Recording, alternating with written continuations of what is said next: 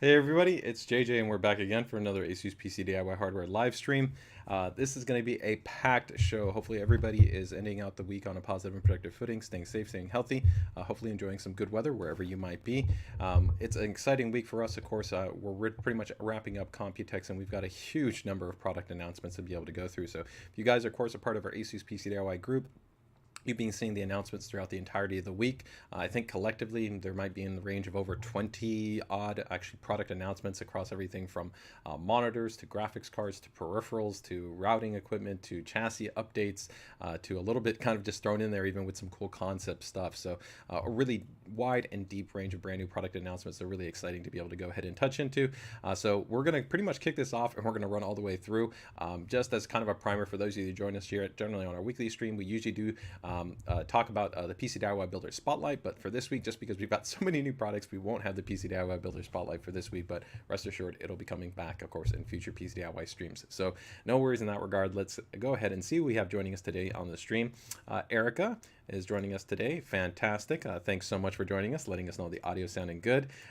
Oh, wow. Su Min, one of our, of course, our best PCDIY community members, joining us actually all the way from Taiwan, Taipei, and actually somebody that attended Computex 2023. Very, very cool. So let's go ahead and also see who else we have joining us here. We've got Miguel joining us on the stream. Fantastic, man. Thanks so much for joining us. Vitor is also joining us on the stream. Thank you so much for joining us. Who else do we've got? We've got Tech joining us here also on the stream.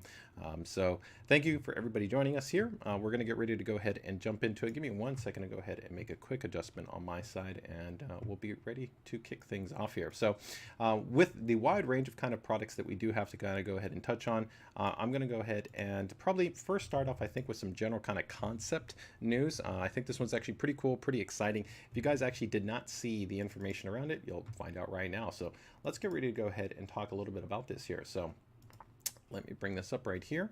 And this is going to be a really cool, essentially kind of a follow-up. If you guys checked out one of our prior PC DIY streams, we did actually talk about this previously, where we introduced something that was called the back to front based design. And this actually design isn't necessarily brand new.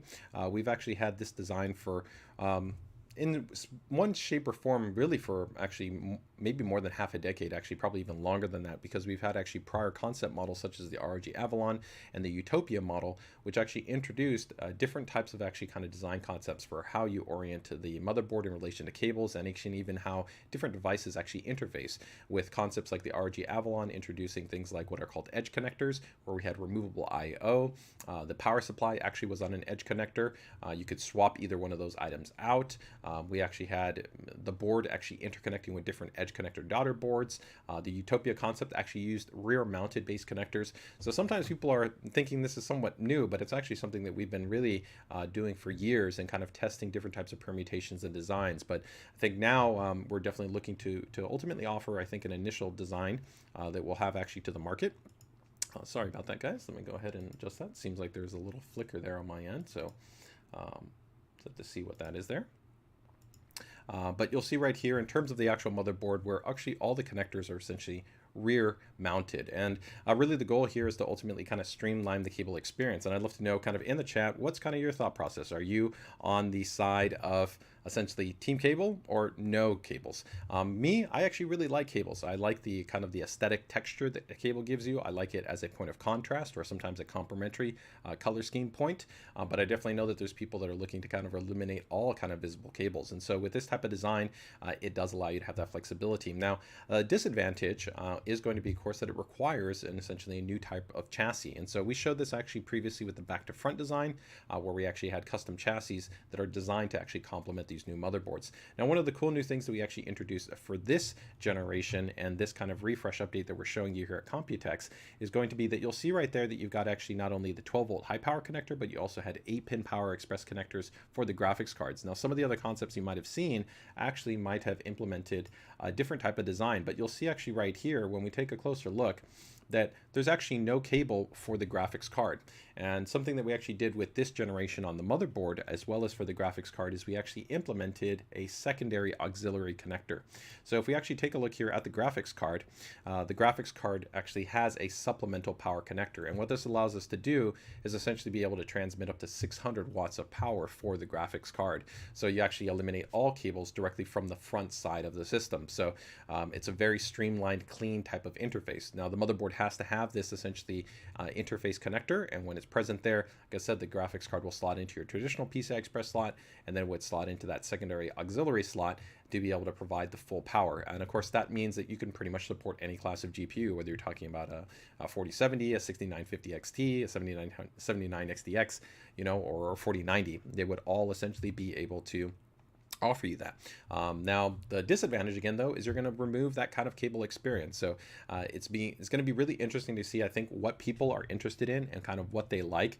Again, if we do go back here to the design, you can see that it's got a really nice, clean layout where the graphics card just slots in there. You don't see any immediate visible cables. It's a really nice, clean, and complementary type of design concept. And so this is something that we're going to probably be looking to release more information as we get closer into kind of Q3, but we'd love to see what's your thoughts, what's your feedback. Let's go ahead and see some thoughts here. So Erica lets us know she's actually on Team Cables. Okay. So let's see, Tech is noting that's a good idea. He's a fan of this, right? Snef Computer Design, one of the best builders and modders in the game, says needs to make it a standard. Imagine if NVIDIA releases a card with 800 watts, we need to change the motherboard. Yeah, so there are a lot of different factors when you start to go with, let's say, more non-traditional design approaches, similar to what we actually previously showed with things like our ROG Avalon concept, which is a really cool concept, but again, it was a proprietary design where we could remove everything from the IO to like the power supply to, you know, your storage. You could do all kinds of really flexible design points. This is the benefit of having a more, let's say, locked ecosystem, because you can really kind of control the entirety of the experience. When you want to deal with open standards, as the way that ATX has existed for literally more than 20 years, right? You kind of do have to have certain limits in terms of what you can and can't adjust, because you're trying to allow for the broadest level of support in the industry. And to that regard, it has worked out really well, right? I mean, we have chassis that are very standardized, we have accessories that are standardized. There's a lot of great elements, but also this can limit maybe more progressive designs. So there's a lot of different factors to kind of keep in mind, but it's one that we're excited to be innovating and excited to be able to offering another type of option here. So hey Connor, happy to have you here. Zach gives us some feedback, says here, I'm on the no cables side. Let's see right here. And then let's see, this Facebook user notes this, no cable management, no more, let's go.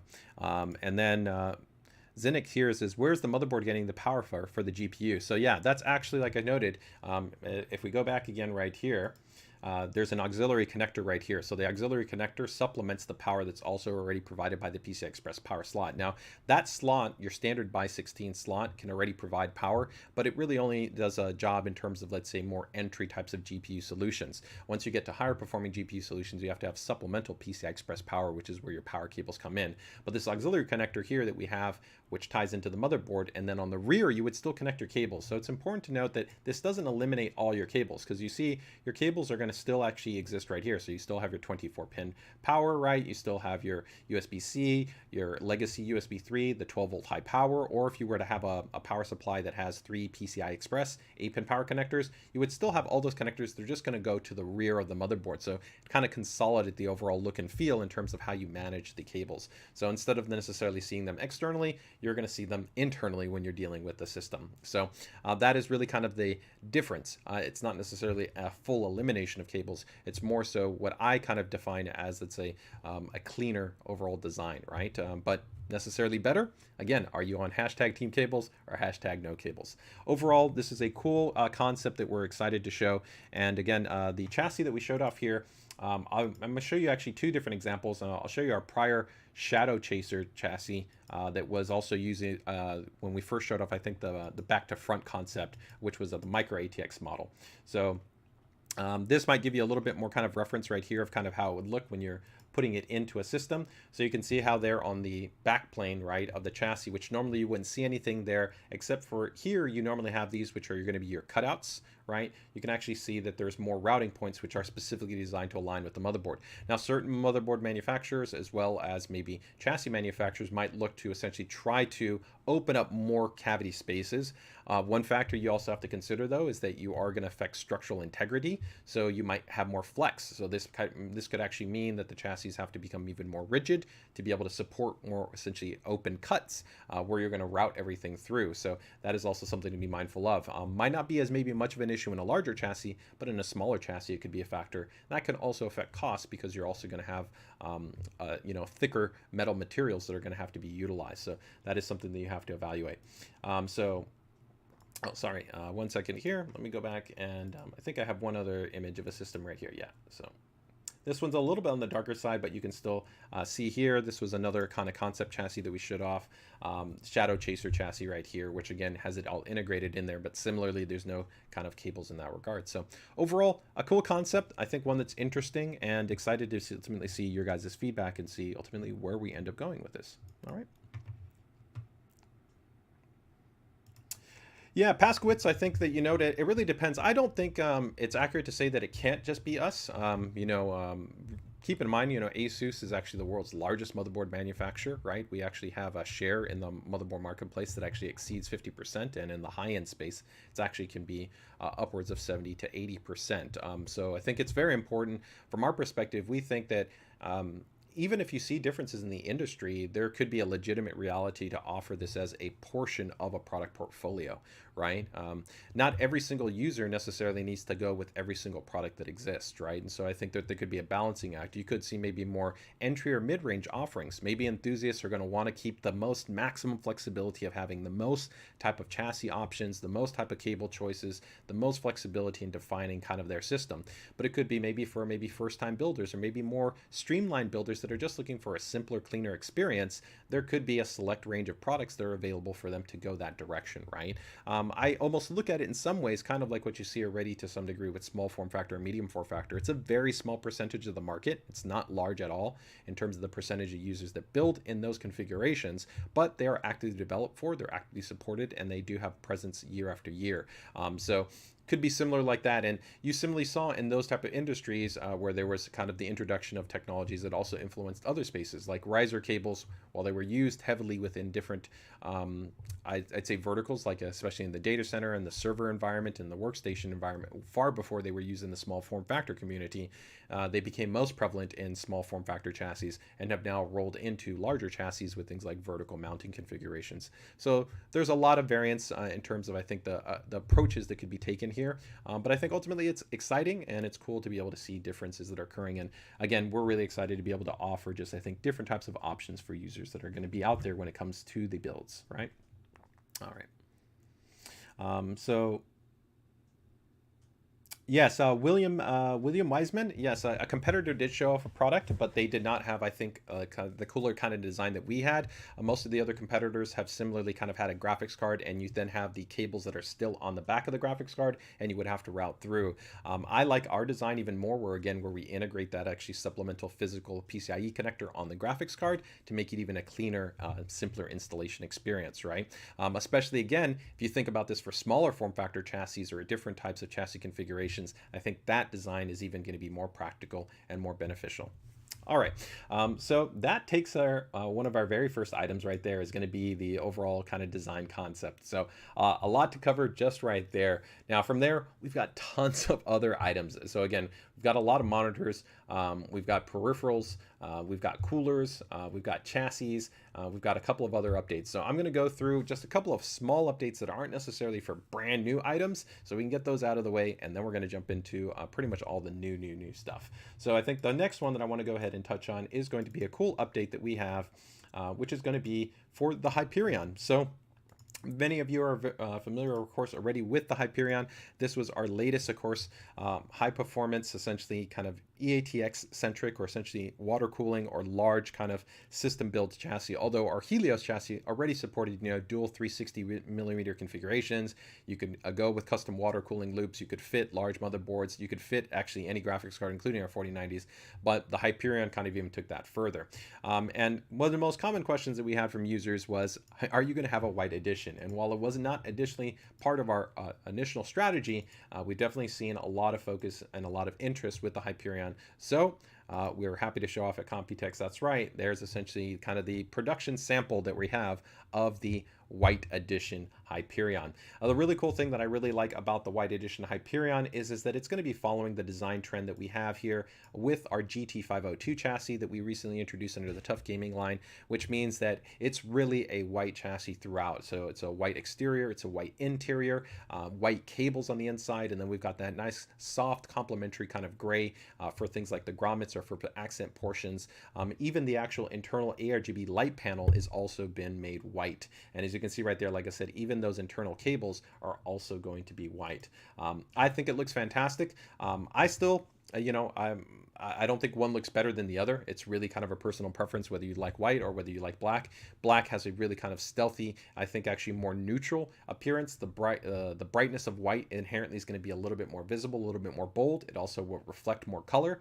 I think that for people that really like RGB lighting as well, that's can be a benefit if you want to go with white. And of course, it complements our ecosystem. ASUS has the biggest component ecosystem on the market of white components. We produce every single core component that we have. We do have it in a white variant, or whether it's going to be AIO coolers, graphics cards, motherboards, power supplies, right? We do offer literally every single one of our products. We at least have one product variant available in a white solution. So I think it looks fantastic. The front still maintains that really bold, stylized kind of skeletal frame design that we have, which has also been mirrored in our latest SL400 gaming chair. I think it's really cool. I think the lighting pattern in terms of the triangular kind of accents that are there also look really cool in that white design aesthetic. Of course, you still maintain all the cool stuff that the Hyperion has. So you've got like all that massive I/O, dual 20 gigabit USB-C ports on there. You've got the 4 USB Type A ports. You've got, of course, all that flexibility to be able to mount. And again, even here on the rear, you can see you've got all the same hallmarks that you had there with the prior Hyperion. But even a cool thing right there, take a look at the actual controller. Even the controller, you can see all of those supplemental cables are all in white, and then the actual controller board has also been made in white. So pretty cool all the way throughout. Like I said, I think it's a great addition here to the lineup, and it'll be coming a bit later on. Okay, so that is going to be the ROG Hyperion, but in white. All right. Let me see if we have any feedback from there. A Snef Computer Design gives us some love right here. It says, white Hyperion. All right, I'm down with that. Very, very cool. Snef also says, I'm in love. Fantastic. Facebook user lets us know that the Hyperion case is awesome. Let's see right here.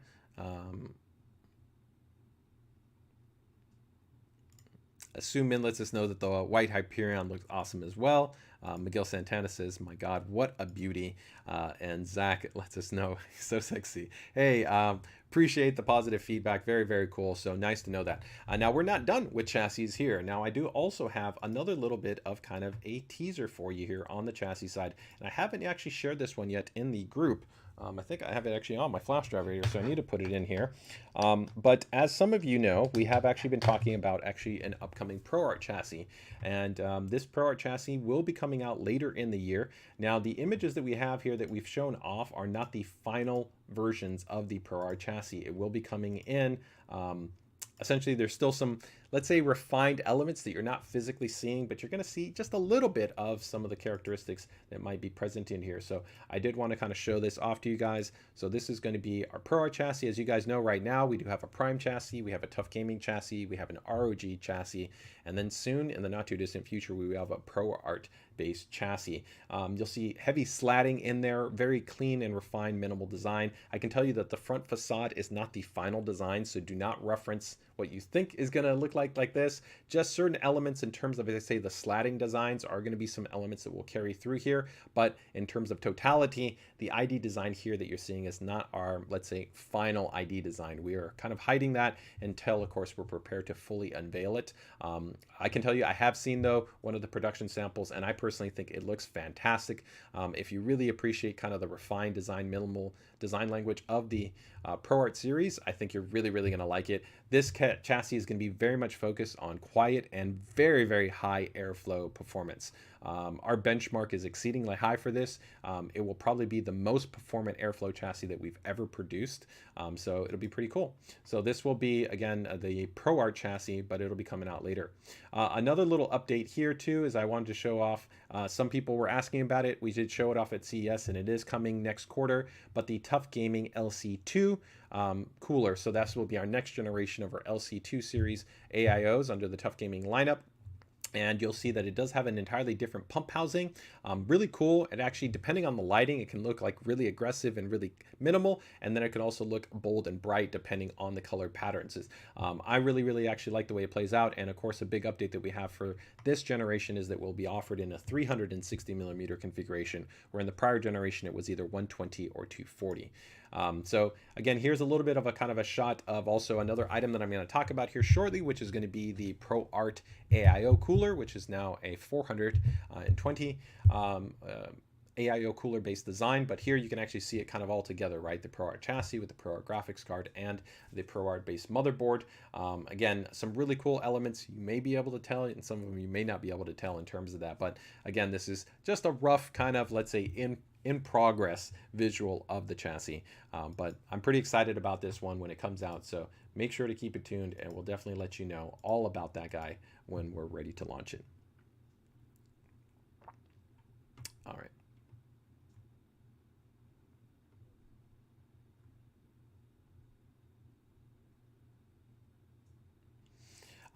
So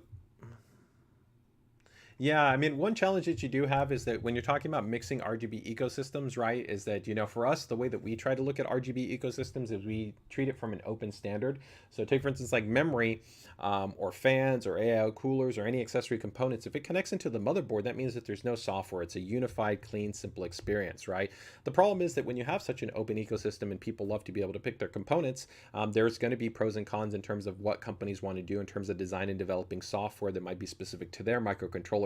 Something that's often kind of missed in the conversation of the different types of options that are out there. And one of the reasons why it's actually exceedingly difficult to have, like, let's say, a simplified piece of software, even though there are things like OpenRGB or Signal RGB, which, mind you, have taken literally years to be able to implement support for a broad range of different components, is that you have different microcontrollers that have been implemented for so many different types of devices. And even take, for instance, like on our own motherboard, right? Our Armory Crate software suite in our Aura RGB ecosystem right now, we have over 31 million active users, okay? And alone on motherboards, there have been over, I think, 4 different revisions of the Aura RGB controller. You've gone from motherboards that literally had no addressable lighting, right, to motherboards that have now addressable lighting.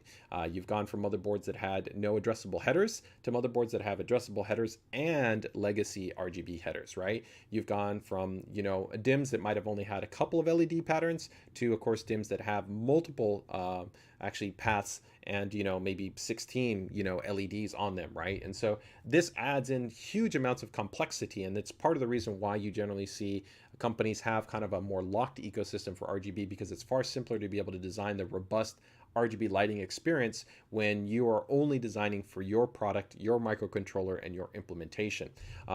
Right now, our approach is, like I said, is that we prefer to utilize, like I said, the headers and then interface with partners that use those headers. So take, for instance, while we have our own TUF Gaming RGB fans, there's literally, 25 different fans on the market that all plug directly into a motherboard. That means you don't have to have any supplemental software. You don't have to worry about any interoperability compatibility. But if you, of course, want to pick a different fan, maybe you want to buy a Corsair fan, you will then have to account for that you're going to potentially run into more just experiential aspects, because you're going to have to run that software with that controller, and then you're also going to have to run something else.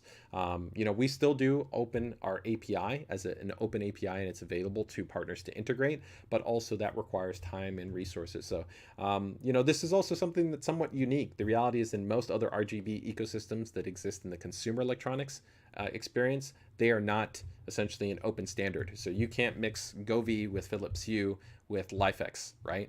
Each one of those ecosystems all independently exist, and you have to buy within them if you want to be able to synchronize and manage and utilize everything from within a single interface. So it's actually, the PC industry is almost a pioneer in terms of even remotely trying to allow you to have integration across different partners and different types of products. Yeah, Zenik, I don't believe that your Windows implementation is going to actually make an improvement in this respect. I think it's going to be great as a basic option for users, but the reality is, take, for instance, all the products now that have integrated screens. Windows is not going to have management for that. Our Armory Crate utility alone, it's not an RGB utility. It gives you everything from driver updating to system monitoring to overclocking functionality to fan controls to, of course, screen management, right? And then even beyond that, the more advanced customization, it would be exceedingly difficult for them to define robust implementation for all the permutations of microcontrollers. I think realistically it'll be a basic option that will be available to maybe basic laptops and basic systems that maybe just want minimal lighting control, right, from a nominal level, but not necessarily a robust level. So I think that, the reality is that for deep, wide, and comprehensive control, focus utilities that are developed by the manufacturers are going to continue to be what is the requirement within the industry. But we'll ultimately see how this continues to go, and we're, of course, committed to continue to work not only with our partners, but in the development of our own items. So next up, let's go into a GPU, guys. We've only got one GPU that we announced, and I definitely want to be able to go ahead and talk about it. Let's go ahead and show you guys what we've got right here. This one's going to be pretty cool. So this is going to be a brand new graphics card announcement. And so again, we've been pretty busy with graphics cards as of late. We've had quite a number of actually graphics cards that have been announced, and this is going to be the latest and the greatest. So let's go ahead and take a look at it right here. That's it, guys. This is going to be the brand new, of course, matrix, right, is the return of essentially a long kind of storied card within ASUS's product portfolio history. It's very, very special in terms of its overall design and development. I've been really excited about this. I was super excited to be able to see this being developed by our team when we kicked it off. We also still have some other cool ideas that we're also still working on. But the really cool thing about this is what you see right here essentially in that call out is it's the world's first desktop graphics card that features liquid metal TIM. So essentially that thermal interface material, and also is liquid cooled. So there was a lot of discussion internally of what was kind of the right strategy for us to go with in reintroducing the Matrix. The Matrix has really offered a huge amount of innovation in the industry. You might not even be aware, things like 0 dB fan mode, which now is commonly used by other manufacturers, and actually now even on quote unquote reference designs from AMD and from NVIDIA, was pioneered by ASUS. We were the first manufacturer to design and develop actually a design that had a 0 dB fan, and that was actually on a Matrix series product. Robust kind of multi-pronged kind of monitoring and tuning parameters were hallmarks of the Matrix series. There's a lot of really exciting elements, and so we really wanted to kind of up the ante and take it to the next level. And so here we've kind of looked at all the aspects that really we could improve upon. So one, we have a highly binned GPU. This will be the fastest actually clocked graphics card that we're going to be producing in terms of the NVIDIA GeForce RTX series lineup. In terms of clock speed differential, our current ROG STRIX 4090 OC is already extremely performant. In real world gaming, you're generally seeing boost clocks of over 2.8 gigahertz, right? This card, I can tell you, in real world gaming, you're probably going to be seeing over probably 3.1 gigahertz. Is going to be in a very, very impressive in terms of its boost clock performance. And maybe I'll even show you a little bit of some of the preliminary testing that we've been doing when you go cold and when you talk about pushing the GPU even further. The liquid metal is also showing really, really impressive thermal performance. Now the vapor chamber and the patented vapor chamber design that we had on the 4090 was already super performant and really industry leading in terms of that card's design. We really kind of took it to the next level with that thermal solution. And so here, that's really kind of was the only alternative, is that design was so essentially good, right? There wasn't really kind of one-upping that design even further. The next kind of requirement was to move essentially to a higher level of thermal dissipation performance, which required essentially us moving into a liquid cooled card.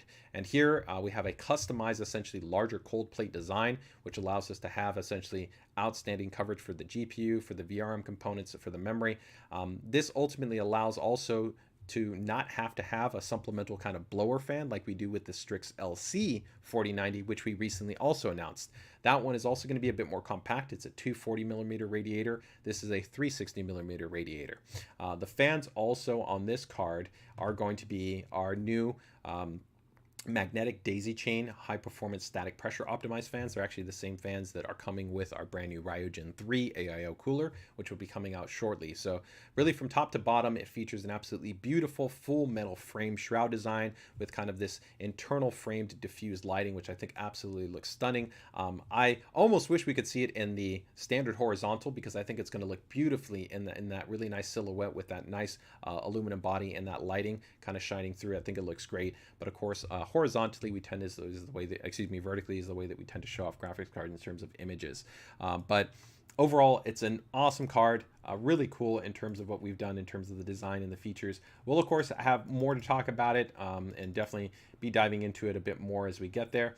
I do also kind of want to give some feedback and some kind of perspective, because I know some users have said, hey, well, why didn't you end up going with like a custom water-cooled card? And the reality is, it doesn't necessarily make practical sense. The reality is that right now our TUF Gaming and our ROG STRIX cards have the broadest water block support in the industry. And generally, if you're going to remove a whole thermal solution, it doesn't make sense to kind of waste that, right? So that's the reason, partly also why we recommend when you water cool, go with our TUF Gaming graphics card. It already has an extremely high performing VRM. It's built to the same standards as our STRIX card in terms of auto extreme production, has the same max power limit. And if you're removing that thermal solution, then you just put the water block that you want and you're good to go, right? There's also factors of consider maintenance, serviceability, and even sometimes issues that can come up with custom water cooling.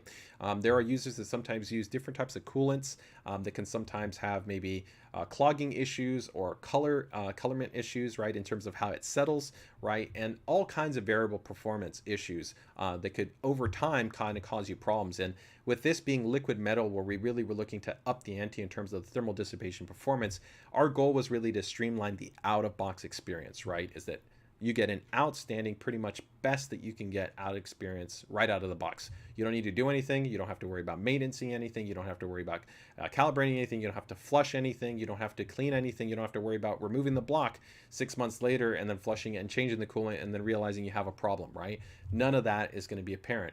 It's just going to be a simplified, ultra premium and ultra performant based solution right out of the box. So that is the design intent for the Matrix, and I think we did a fantastic job in that respect. And it also really, I mean, it absolutely just looks stunning. It's a fantastic looking card. Again, I love this kind of dual tone silhouette that we have right here with the lighting on the card. Really cool.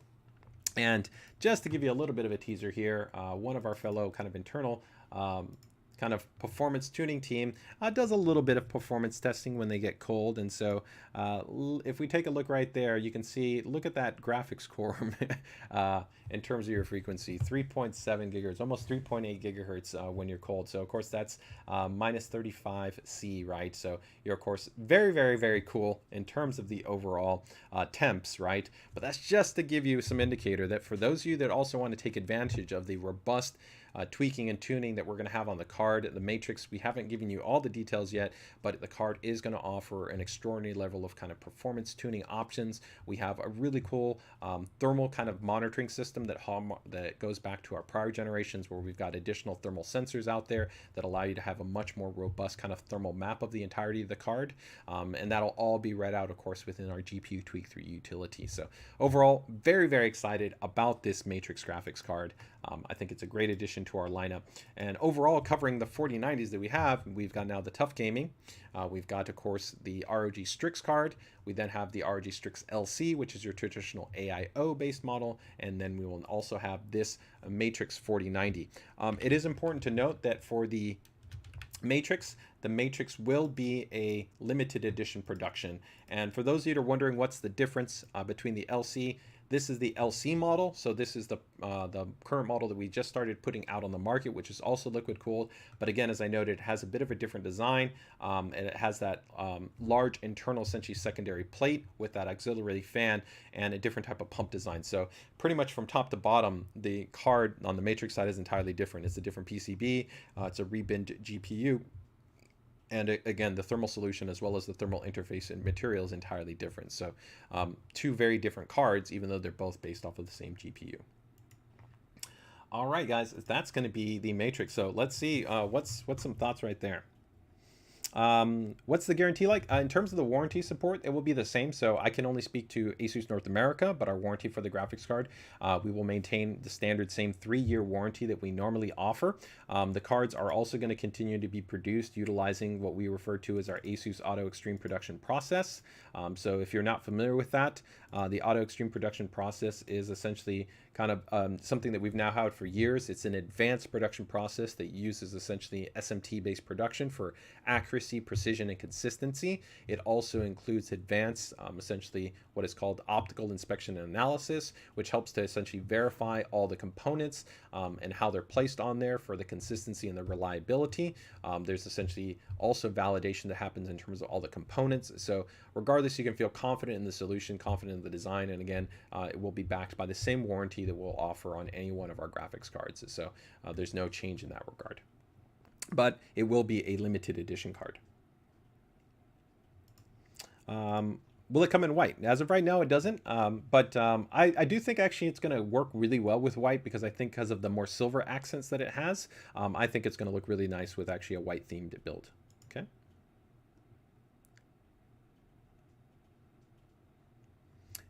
Hey Andrew, we have an entire range of product portfolio. So I mean, if you know, I don't like to use the word budget for meaning entry because some people use the word for budget for entry, but that's the reason why we offer a comprehensive lineup. So you know, it might not be maybe that your budget allows for you consider an ROG product, but TUF Gaming for me is an outstanding product that we have relative to its features, functions, and performance.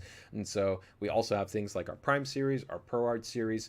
So I feel very confident that you know whatever your ultimately your budget is, we do have a product that you know, we can offer to meet essentially kind of the wants and needs that you want, right? You know, if you have more questions, feel free to go ahead and ask them in our PCDIY group. It's linked in the chat if you guys are checking us out on either Facebook or on YouTube. Okay.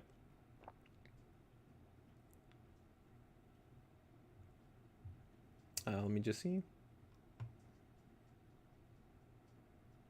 Let me just go ahead and see if there's any other questions there. All right, so Sniff gives us an epic design, and Michael gives us a bit of a vroom right there. Pretty cool. All right, yeah, I think that's gonna be pretty sweet. All right, guys, let's go ahead and get into the next product that we're gonna go ahead and jump into. So let's see here. I think we're gonna go. Let's go with keyboard. Yeah, I think yeah, maybe go with the keyboard. Actually, let's go with something a little bit different. We're going to go with our gaming surface. I think that's going to be kind of one that's going to be cool. So let's go ahead and do that. We're going to do the gaming surface. So let me bring this one up. All right, so as you, many of you probably might be aware, and I'd love to know in the chat, are you guys right now somebody that is utilizing one of our current gaming surfaces? So two new announcements that we made at Computex are gonna be essentially some additions. So right now, we do already have the Sheath, we have the Scabbard 2, we have the Baltius, so those are essentially our gaming surfaces. I'm still a big fan of our Whetstone. I'm still hoping and pushing that we can produce a new version of the Whetstone, which is a really cool kind of innovative silicone-based mouse pad kind of desk mat, but we no longer produce it. But these are two, I think, awesome new additions that we have here. So one of them is going to be the ROG Moonstone L. So this is going to be coming in, I believe, at 500 millimeters. So it's on the larger side than, let's just say, a more standard kind of sized mouse pad. So it gives you a little bit more flexibility to be able to have more movements regardless of your play style. So I think it works really well for the vast majority of users.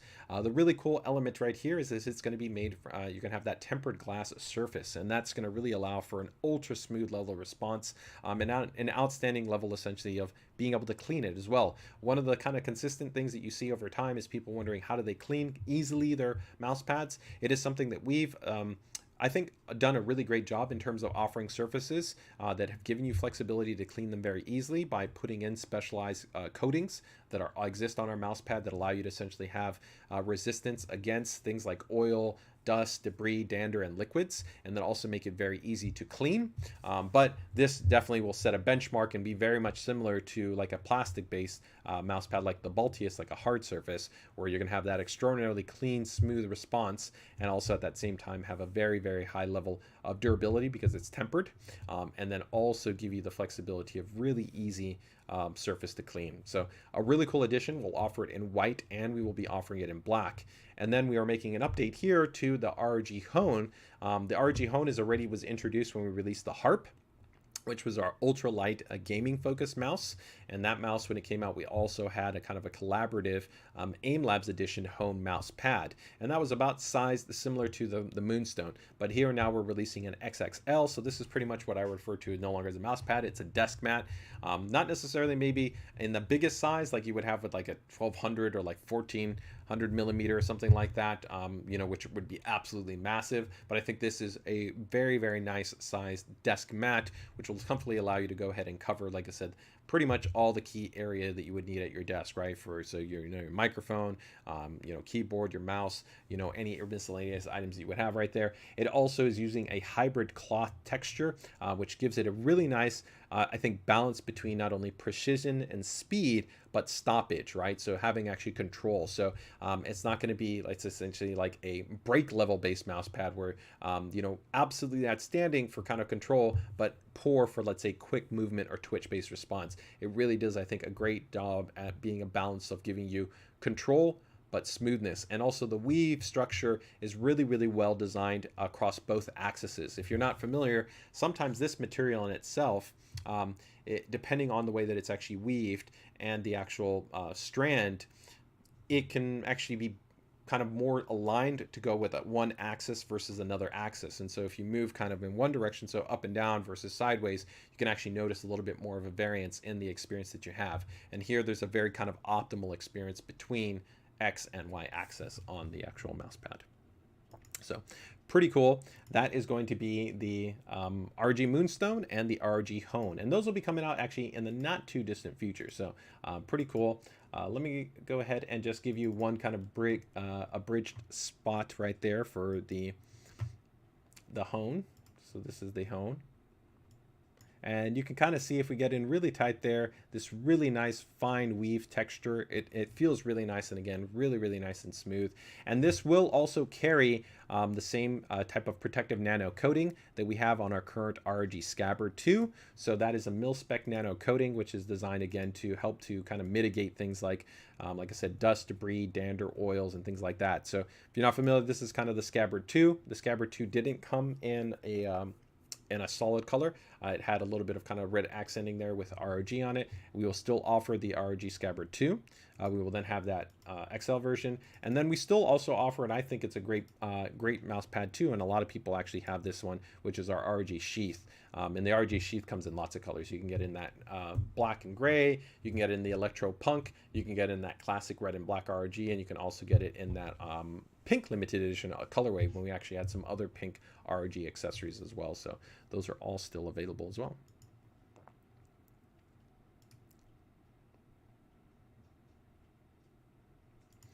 Michael asked, does it come with wireless charging? No, neither one of those comes, because you'd actually have to put a coil inside to be able to support wireless charging. And that's not the focus for either one of these units. And it would also introduce all kinds of problems if you want to be able to clean it. A lot of people will submerge their mouse pad to clean it and do things like that. If you want wireless charging, we have the Baltius Chi, which has wireless charging built into it. And that's a hard surface mouse pad. Okay.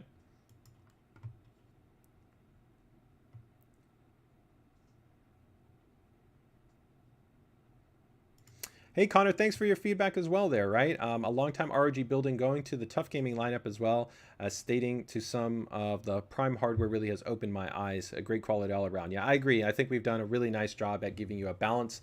I think to that other user that was asking about, hey, you know, maybe if ROG is too expensive for you, even though we have ROG STRIX and we have formal ROG, again, I really think, you know, take a look at some of the other product lines that we have where we still offer, I think, great performance, great features, great design across those other products as well. All right, so let's get ready to move into, I think maybe some other peripherals. I think let's do that. Let me go ahead and move into there. So we've got the Moonstone, we've got the Hone, and we talked about the Matrix. So we'll do this one quick, which will be for an update on the mouse side. So let me go ahead and bring this one up. Staying in kind of with that white theme that a lot of people are really excited about, we have the ROG Harp Ace, and this is essentially the same mouse that we already released. Super ultralight mouse. It's pretty much kind of the flagship up there with like our ROG Chakram X, the Spatha X, and the Gladius and the Curus aimpoint based models. So this has essentially a brand new biopolymer based shell design, super ultra lightweight, 54 grams, really nice symmetrical base design. I personally prefer a little bit more of what's called an ergo based design as opposed to a symmetrical based design. A large amount of it depends really, I think, on your preference in terms of whether you're maybe more of a your grip preferences, right? Some people are like claw, some people are more palm, right? It depends on how you grip your mouse, on whether I think you prefer an ergo or whether you prefer symmetrical. Also your hand size. I'm 6'2", so I've got larger hands, so I prefer something that I can rest kind of more my palm and part of my thumb with, but I think this is a really well balanced mouse in terms of not only the weight distribution, which is exceedingly light, but also the build material is very, very high quality. So 36,000 aimpoint sensor with 1% CPI deviation, which is very rare. There's very few manufacturers that openly disclose any type of CPI deviation. The click latency performance on all of our flagship mice is really class leading. It's outstanding. It uses our latest generation ROG Speed Nova wireless chipset. This is an outstanding chipset for not only stability, range, throughput, but overall low latency. It's really, really performant. Wired is still going to be a smidge faster, especially if it's something like the ROG Chakram X, which even has 8,000 polling, right? But even with this, it's outstanding. It is literally pure gaming grade, esports grade based connectivity. So you can 100% go wireless and not have any concerns, or you can go with wired. It does also come with the RG paracord cable. You have onboard memory profiles that you can go ahead and switch and customize through. RGB lighting, which is very rare on an ultralight based mouse, but it does have an RGB lighting on that. It comes with our ROG micro switches, which are premium, very nice, crisp and tactile based switch. They feel great, and they also have a gold plating, which helps to minimize any type of essentially oxidation over time, which can lead to things like double clicks. Just for reference, competing mice like the Super X Lite has a 20 million click rated switch, and it's not actually gold plated. Ours, like I said, offers significantly longer lifespan and are gold plated. 5 buttons right there. You also get this very nice premium high quality grip tape, which for me, I love the grip tape. I have sweaty hands, especially when I've been playing for probably more than 25 minutes. I really prefer having that additional grip texture that I can add in there, and it's a very nice premium grip texture. And this also does support NVIDIA Reflex if you want to pair this up with one of our NVIDIA Reflex monitors. And also it has the same AIM Labs optimizer integration, which is really cool. You can go through the training modules, and it can kind of match the training output to a profile on the mouse, where you can go ahead and optimize things like your liftoff distance, your DPI settings, and things along those lines. So this will be the ROG Harp Ace, but the Moonlight White edition. All right.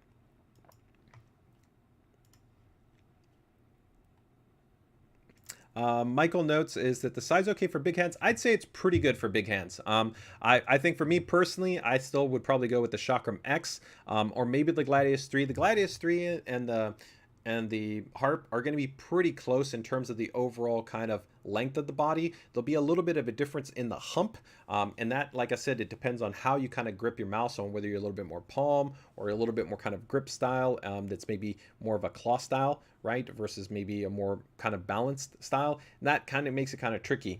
But I think that probably between either like the Harp, the Chakram X, or the Gladius 3, you can probably find the right model that would work well for you. And I would say that, you know, regardless of, like you said, you have medium or you have large hands, one of those should work pretty well for you there. Okay.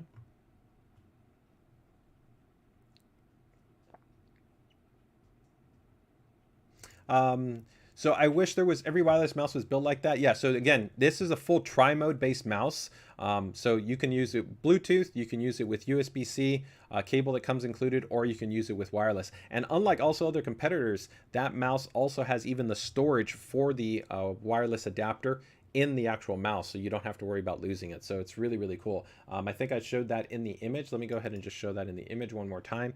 So a lot of the other mice that are on the market, you can like easily lose that adapter, but you can see right here, you can switch between the wired mode, Bluetooth mode, or 2.4. You have the DPI switch button, the pairing button, and even right here, you also have then that immediate storage, just so you can go ahead and slot in your wireless adapter so you don't have to worry about losing it.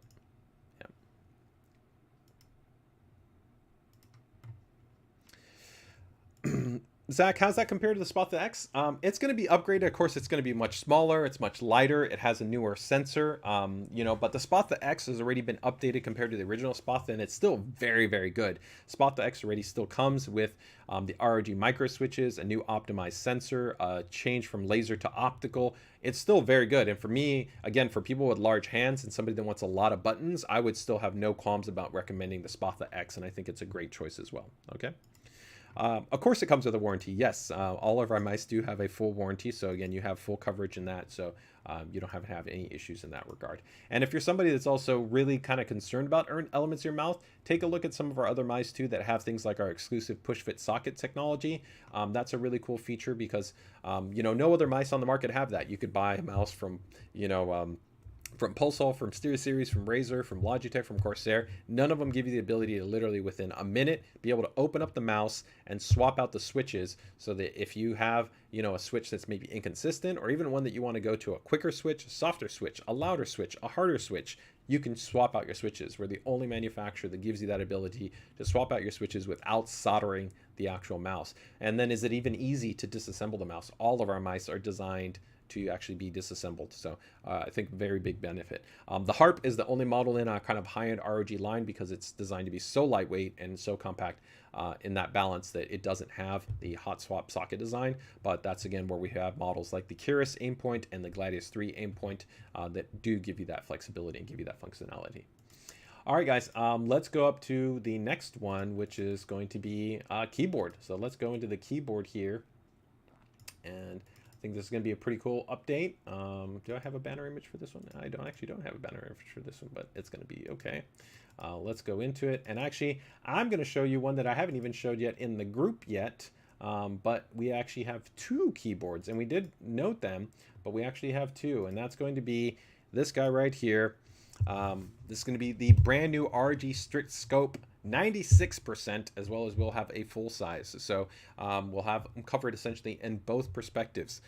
There's some really cool things that we're doing here that also complement the actual Harp mouse. So the first thing that we're going to talk about is, of course, that this is going to be featuring our brand new ROG Omni receiver. So the ROG Omni receiver is really cool because it will allow you to have essentially multiple devices connected to a single receiver. So this has been something that a lot of people have been asking us for a little while. And we're happy to finally say that we've now released it. There may be more products that we'll be able to kind of later on add in through firmware and say that they are interoperable. As of right now, the only confirmed product is just the ROG Harp mouse, along with this new keyboard, and then of course future products. But stay tuned for future updates in terms of other products that we have, especially those that are probably utilizing the Speed Nova based chipset. We'll provide an update later on how many of those will be compatible with the ROG Omni essentially receiver. So again, that will allow you to essentially have the keyboard and the mouse connected to one single receiver. Where right now, if you have like an ROG, if I have my Claymore 2 and I have my Chakra Max, each one of them needs a respective receiver if I want to have them wireless. So essentially you'll just be able to go down to one receiver and you'll be able to connect both of those devices, still with gaming grade latency, right? So still a great experience. So what makes these guys cool? There's a lot of really cool things that are in these keyboards. So let's go ahead and I think talk about the first element, which is going to be the actual new ROG Snow switch. So this is something pretty cool, pretty exciting. So we have had on our keyboards, we essentially already have a couple of different switches. So we have right here, these are our ROG NX based switches. So these actually featured a different actuation point. They were actually lightly pre-lubricated. They had superior bin tolerances in terms of actually their force deviation consistency and their actuation performance. So a lot of really cool things there, but we wanted to kind of even evolve it further. And we really love actually our ROG RX based switches, which are our optical based switches that we've had on our RX enabled keyboards. And the benefit of the RX based switches have been that they essentially have a 4-point stem design, which allows for outstanding keycap stability and a real consistent smooth level of movement. And that's something you don't have generally with a center weighted stem design. Now moving over to the new Snow switches, this is where, of course, now we kind of have like a little bit of a hybrid. It is not the RX based switch. It still maintains the compatibility. You can use different types of keycaps like you can with a standard center based stem, but it is referred to more closely as what's kind of like a box based switch. And with this type of design, you can actually see right here that there's reinforcement on the sides of the stem. And so this allows you to actually have far more stability for the top of the keycap. Then the actual materials right here. This palm material has been polished, and it's a really nice consistent material to allow for a more smoothness in terms of the internal actually spring and the internal mechanism. The bottom housing as well, which is palm material, also complements for a different type of sound profile that's it's not resonant, but it does provide a light of kind of that thockier sound that I think people like.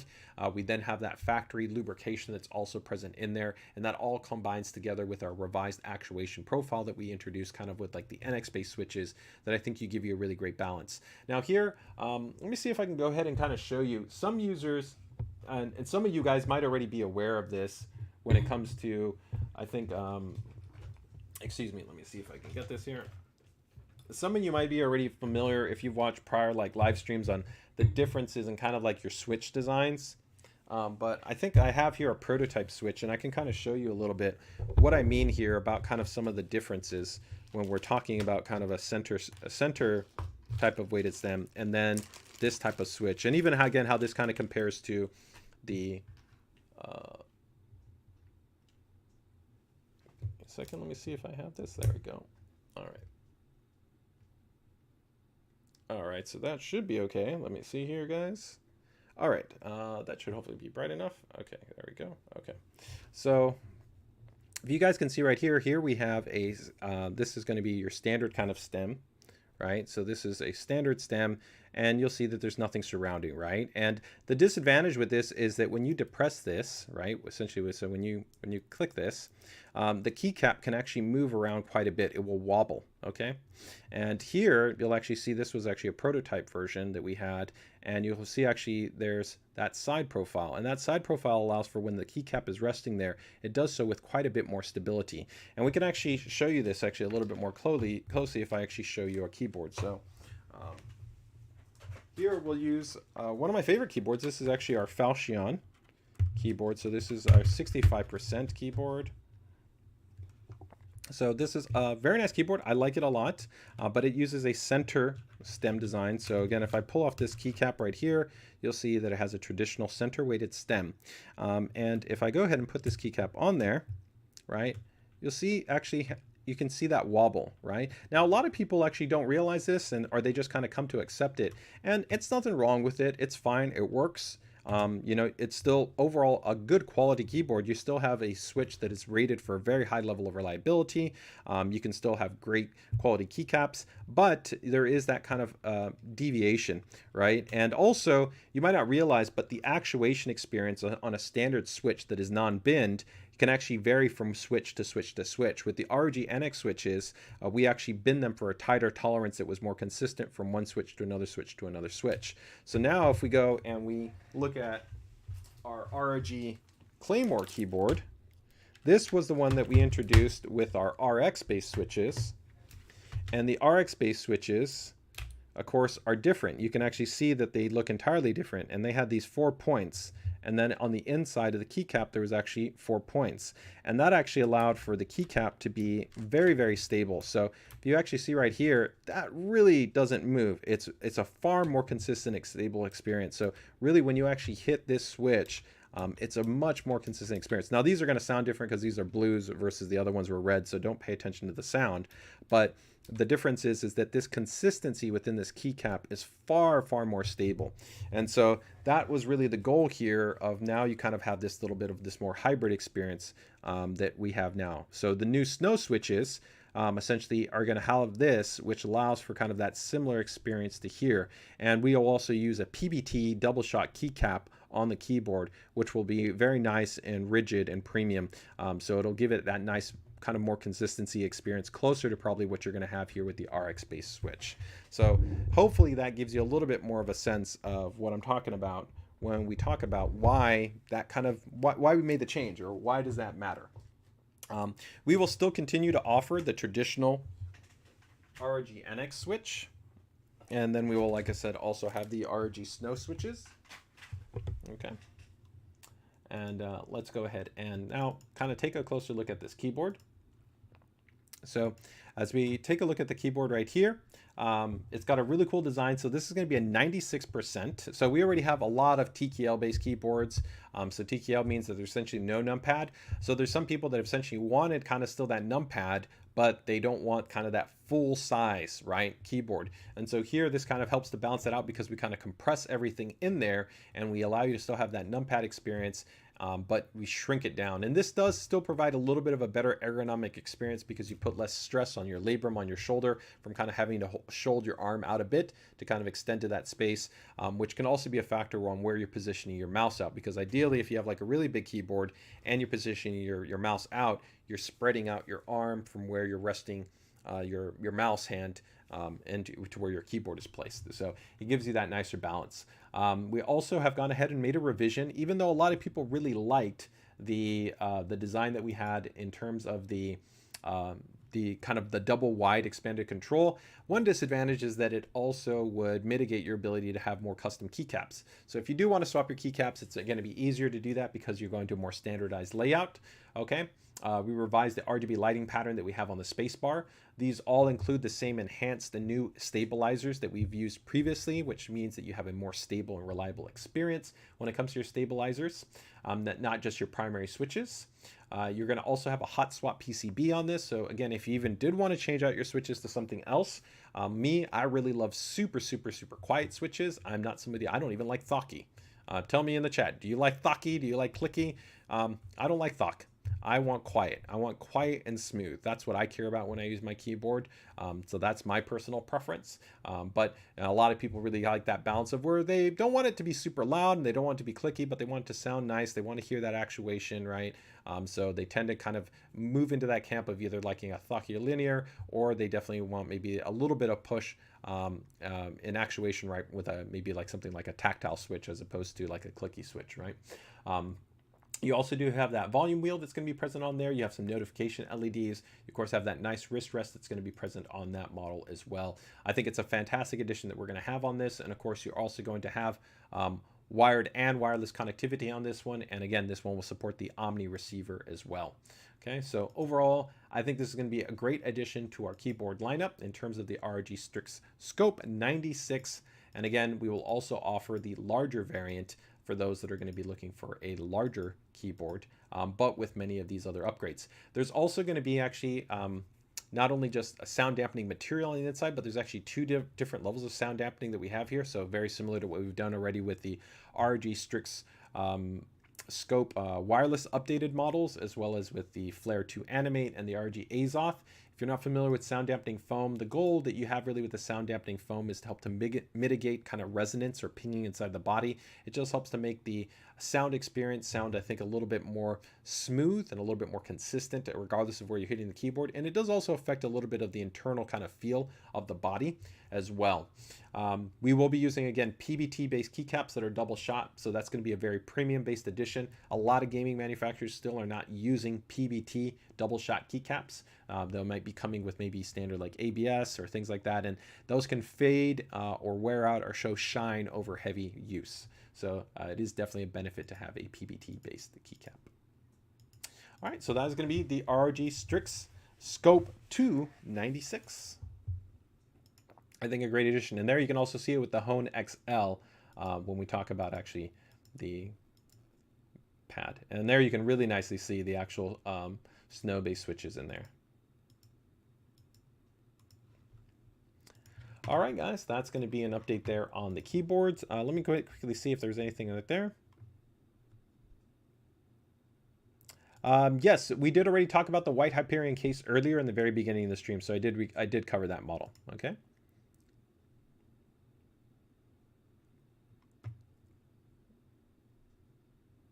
Zinnick says this is nice, right?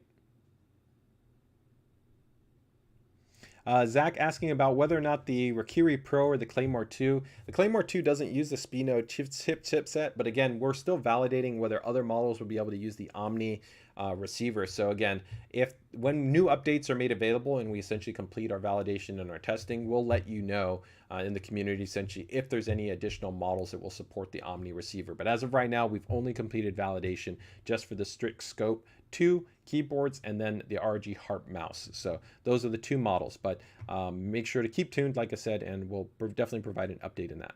Okay. Okay. Erica notes clicky. She likes clicky. Okay.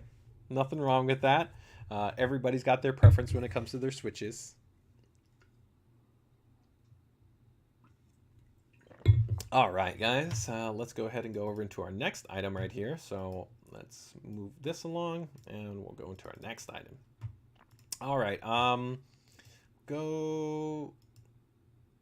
let's go with one more item and then we're going to get into the AIO cooler. So we'll do this one right here. I think this is a cool addition that we've got right here.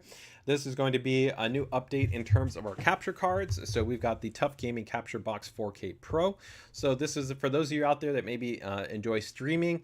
Maybe you're not even a streamer, but maybe you're just looking for a simple and easy way to be able to go ahead and ingest essentially an HDMI feed with no drivers. So maybe you've got a camera or you've got any type of device you want to be able to feed into something like Microsoft Teams or Slack or Zoom. Things along those lines. This can definitely work for you, but of course the focus here definitely is for, I think, for console gamers, for PC gamers that want to be able to record and stream out their gameplay.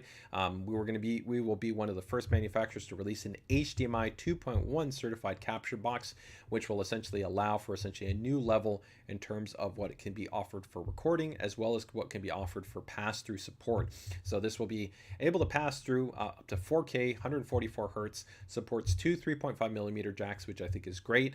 We still use the very premium metal body. A lot of the other capture cards on the market utilize like a plastic shell or plastic body. Also, some of the capture cards are weird in terms of how they balance out the connectors, like they put them on the sides.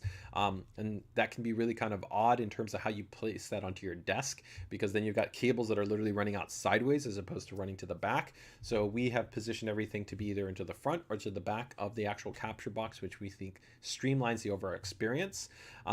Now, some people also might be going, well, what's the point of RGB lighting on here, right? And one of the cool things is that when we did integrate lighting, because we do actually have 2 capture boxes already, so this is just an updated model of something that we already offer right now, just updating it to HDMI 2.1 with higher specification support, is that the lighting actually can provide you some cool functionality. So the functionality, if we actually take a look right here in terms of the UI software, you can actually see that it can tell you things like the standby mode in terms of what you're connected to for the speed, such as a USB 2 port versus a USB 3 port. It can let you know whether the HDMI is actually being detected or the device is essentially being found, whether there's an abnormality within the HDMI signal, whether there's a handshake issue such as EDID failure, which can happen sometimes with certain displays, which could also be an indicator of either maybe an issue with the firmware on the monitor, setting on the monitor, or cable.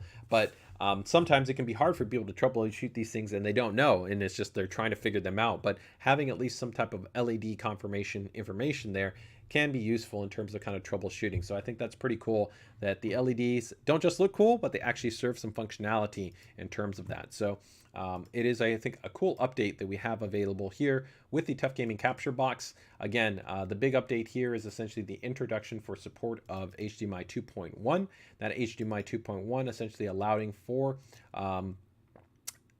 essentially that higher support, right? So you can see right there for that pass-through at 4K 144. The streaming is there at 4K 60. You also do have VRR and HDR pass-through, although we did implement VRR pass-through on our prior models as well through a firmware update release for the other TUF Gaming Capture Boxes. So these will be coming in at a later date. So again, pretty cool update in terms of the TUF Gaming Capture Box line, okay? And for those that are wondering, are you guys going to be doing anything on the PCI side? Make sure to keep it tuned. We're not done. We still got more products that are going to be coming for our capture solutions, including an ROG product line and maybe something PCIe based. So as always, make sure to keep it tuned. If you're part of the group and if you're part of our weekly streams, you'll find out about the latest and greatest when it comes to the new products that we have available. A's Jeep says, why can't these be put on motherboards? I think it's technically there's no reason why you couldn't put it on a motherboard. You just would be adding a lot of cost and complexity, right? Motherboards are already very, very complex in terms of the space that it takes in terms of what you're putting onto a motherboard. In theory, though, maybe you could build like a motherboard that has that, but then you would also, it would just be quite complex, right? Because you'd have to have like inputs and outputs broken out into the IO block, right? And then how much would people be able to want to pay? Would you put this onto the same models and then add into the cost, or would you pull a lot of stuff away and then put this into like a more mid-range model and balance it out? It is something internally we've actually discussed kind of with our team, but there's not been any kind of finalization in terms of saying that that's a direction that we want to take. I think we'll continue to monitor kind of feedback from the community, but also I think it's much easier for people to kind of just swap out something like a capture box than wanting to potentially swap out the entirety of their motherboard. So the value would be really, would you want to buy an entire motherboard just for that specification, right? And so I think that's the tricky part. I think it can definitely add value, right? We definitely know that streaming is a huge focus for a lot of users, whether it's just for fun, whether it's for their friends, or whether they're doing it as a hobby, or even maybe trying to butt it into becoming something more professional, right? But I think right now, from a practical standpoint, it makes most sense to prioritize the design, the development, the feature set within a focused solution, which is what we're targeting. Yeah. All right. Hi Tyrone. We don't cover the ROG Ally on this stream just because this is a component-based stream, so we talk about all of the latest and greatest things when it comes to our component products. The ROG Ally, some fantastic ROG product, but it's actually part of our systems group team. So it's actually under the same team that does our laptops, our phones, tablets, desktop systems, as well as also the ROG Ally. And as of now, there's no plans, of course, to produce a black version. It's just the white version. But as always, we're going to be monitoring feedback. And so if you have that feedback for us, feel free and let us know. We'll definitely be collecting feedback for whether or not there maybe be black versions, maybe special edition versions, who knows. We're very, very excited about the ROG Ally. USB 4 Thunderbolt, no, you do not need Thunderbolt 4 for that. That would add a lot of cost and also add complexity. It just requires essentially USB 3.2. 10 gigabits ideally would be kind of the connection standard that you would want to have for that model. Okay. All right, guys. So that's going to be the TUF Gaming Capture Box. All right, let's go into the AIO. All right. So we're going to go into some coolers here. So this is going to be one of the updates that we have for the cooler side. I'm not going to touch on the ROG 3 because we already talked about the ROG 3, even though we showed it off at Computex. So I'm going to keep the focus right here. It's going to be on something brand new, which is going to, of course, be the ProArt LC420 AIO cooler. So this will be another cooler that we'll be having in terms of our lineup. So right now we have, of course, the TUF Gaming LC series. As I showed you, we're also going to have the TUF Gaming LC2 series coming out very soon. We've got right now into the ROG lineup, we have the ROG STRIX LC2, which is pretty similar to the model that I have like right here next to me. It comes in either in 240 or in 360, right? And then we move up into the ROG Ryu 3, which just came out, which also features a screen, but it's the Anime Matrix screen. It features a metal knurled housing. Right, 8th gen Asetek based pump design, right, and comes in white and comes in black, 240 and 360. The Ryujin 360, which is coming out, will also be offered in a 240, a Noctua edition, right, has the magnetic fans. It has, of course, an overhauled screen, which is still the same largest screen on the market, but updated in terms of higher refresh rate, more memory, the magnetic daisy chain based design, an improved VRM assist fan, all that stuff. But I think that kind of the users that are just looking for a performant, high quality, simple AIO, they don't want RGB, they don't want to deal with the additional cables, they just want something cool, quiet, performant, and looks good. The ProArt is going to be a great choice, and it very much complements the look and feel of what we have within our ProArt series motherboards. So when we take a look at that, at kind of how it just looks comparatively, you can see a ProArt motherboard, you can see the graphics cards, we showed you the chassis, you can see the cooler. They have that same clean, consistent, refined design aesthetic, that black with just a little bit of gold accents. I think they look fantastic. We'll have more information for you, of course, when we get ready closer to the launch in terms of all the performance and all the elements resident to kind of acoustics and thermal performance. We'll probably do a live demo, maybe a build with it and stuff like that.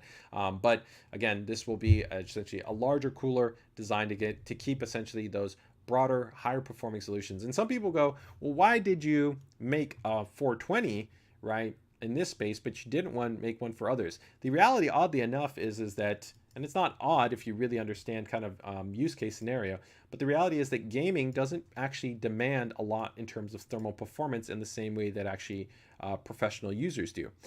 Professional users who are actually more likely to actually use multi-threaded applications, whether it's rendering, 3D animation, science and simulation workflows, they're actually going to be running a lot of their cores at a higher consistent level. Gaming actually tends to use, usually between 2 cores to about eight cores, or you could just say 2 threads to like 8 threads. There are some scenarios where you can use even more threads than that, but let's just say nominally you're in or around that range. And generally the boosting behavior is also quite a bit more kind of dynamic, right? It goes kind of up and down. And if you really measure temperatures, a lot of people will say that you can't keep like a 13900K, you have to have like custom water cooling or 360 AIO. This is only a 240 and I can run this 13900K all day long, no problems. If I'm talking about gaming, I could actually even use a tower heatsink and again do that.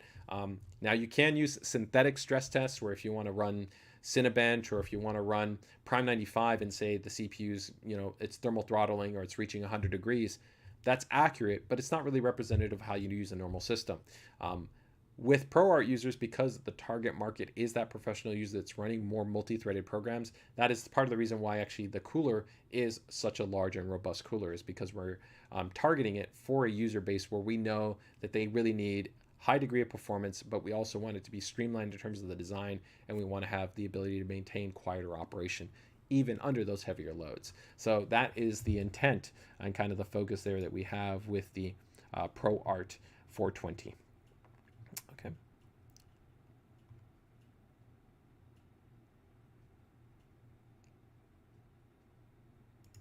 Michael notes says, love the design. It kind of pulls you towards it.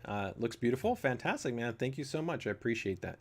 Yeah, says 420 will become the new standard. More and more manufacturers are coming out with 420. I don't think 420 will be the new standard. And very much the easy reason being is that even from our position as a leading manufacturer and the industry, I think it will consistently become an available choice, but the reality is that it requires chassis to support it, and the vast majority of chassis don't support 420.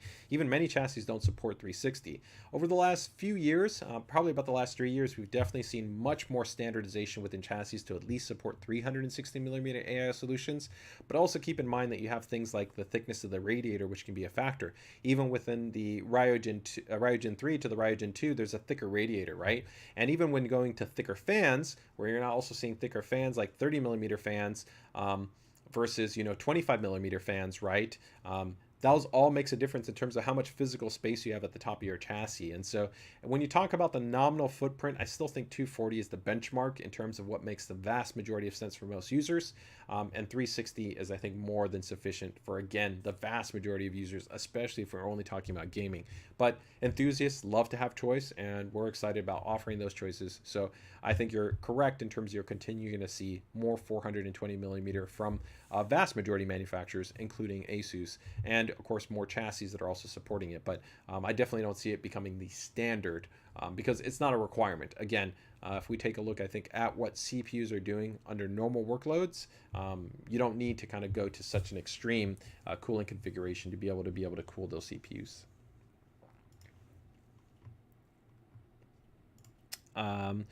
When is the PG32UQR going to be released? Not yet. When we are ready to release it, we will definitely provide an update in terms of the community. So, like I said, like all those things, it takes time in design and development, right? There's a lot of different factors that go into, especially monitors. There's a lot of complexity from calibration and tuning of the firmware, right? Whether you have variable overdrive and tuning for the performance of the variable overdrive. There's a lot of different kind of parameters to just kind of account for. So rest assured, though, when we are ready to announce it, we will announce it, and we'll provide a full update not only in the weekly stream, but also via the community, via probably a new product announcement this week, which is what I normally do for new products that get released week to week. All right, so that takes care of that guy. All right, so next up, let's go to, I think we're going to go to monitors. We've got a lot of monitors to touch on here. I think right here, let's do one easy one before we get to there. So give me 1 second here.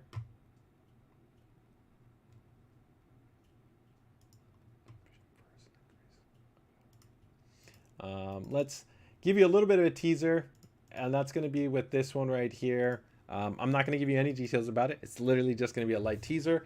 It's the ROG thermal compound kit, right? So this is something that internally we've kind of been let's just say, we've been doing a little bit of kind of just trial and error and kind of just doing some kind of internal testing with.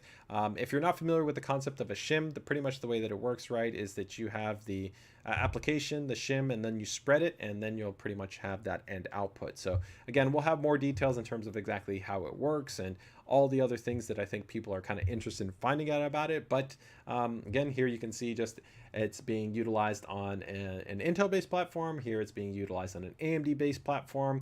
Here you can see some of the different designs and different patterns. I don't think I have the image of the actual box kit yet because that's also something that we're still finalizing, right? But again, just something to just know. It's something that we're working on. So just thought I'd throw that in there just as a little bit of a teaser for you guys. And again, we'll have more information later on when it comes to that. Okay. All right. So next one, I think we'll probably get into monitors. Let's get into some monitors. Yeah. Let's do monitors here. All right. We're going to do the VU monitors. Yeah, let's do that. All right. These guys are pretty cool. This is going to be, I think, on the monitor side. Probably not, of course, maybe for those of you that are super gamers and are super interested only in the, highest end stuff, whether it's QOLED or whether it's ultra high refresh rate or whether it's ultra low motion blur, all that great stuff. This is really more focused for those general users. They're just looking for something that is going to be a well-designed monitor that's going to be reliable, have a good warranty, right? It's going to offer a good picture, and I think also just be a nice option for their desk or their setup, right? General productivity, watching videos, answering email. That's where our V series generally are going to be focused at, is kind of general everyday type of users. Maybe they have a basic desktop, or maybe they have a basic laptop. There are some nice things that I think we're seeing within even our V series monitors in terms of updates, right? Which are kind of cool. So you're going to have essentially a 24-inch, a 23.8 inch and then a 27 inch. These are going to be 1080p based displays, 100 hertz, which is nice because for a lot of people that haven't upgraded to ultra high refresh rate or high refresh rate, they might still be running a 60 hertz display. Going to 100 hertz is just going to feel nicer and smoother in your desktop environment. You're going to be able to scroll more smoothly. You're going to be able to feel a more snappy experience when you're opening up files. You're bringing things up within the actual UI interface. It does have USB-C connectivity, which is nice. It also supports 15-watt charging for devices, things like your phones or your tablets. And you also have height adjustment, and it comes within 4 different colors. I really love all of the colors. I think they all look great. It just kind of, they all impart a little bit of a different vibe, from the pink to the blue to the green to that kind of almost Dune-ish kind of color. I think they all look fantastic, and I think they're great additions to our lineup. The color schemes too are also not ones that I think you've really seen too much within the industry. Let me go ahead and show you just a couple of other shots right here in terms of some of these images. You guys can see them from kind of front to back, so let's go ahead and do that. So you can see right here, you got a really nice clean design. I really love this kind of soft, kind of matted color scheme. I think it looks really nice. You can see there you've got your 3.5 jack there. You've got your USB-C. You've got your HDMI. Got an integrated cable management. A nice wide open base design, which also is not going to take up a lot of space on the desk, right? So you can still go ahead and kind of fit everything in there if you want to push up your kind of your keyboard, your mouse, your phone, different types of items. The power button, and then a nice integrated recessed option there for the way that the cable is designed. So again, it's a very slim, clean profile. And the green, really like this nice earthy green. And then you've got this nice kind of pastel type of pink. And then the blue is really cool. The blue is really nice, and I love this actually little orange accent right there as well. Right.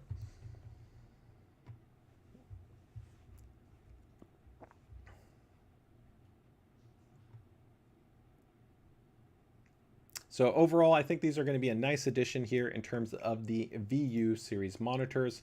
So again, these will be coming out a little bit later on, and I think, again, a great addition for those that are going to be looking for something, like I said, just as a basic option. They want to be able to maybe brighten up their vibe. Maybe they've got a monitor from 5 years ago. And again, one thing that you may or may not be aware of, especially when you're talking about kind of more entry displays compared to many monitor manufacturers, we offer across all of our monitors a 3-year warranty for our LCD-based monitors, a 3-year warranty with ASUS Rapid Replacement as well. There's many manufacturers in these similar price bands that might only be giving you a 1-year warranty for the display. So outside, I think, of getting a display that's got that USB-C, that nice color scheme, right? You get that 3-year warranty, that integrated cable management. I think those are all nice elements right there. Okay. Let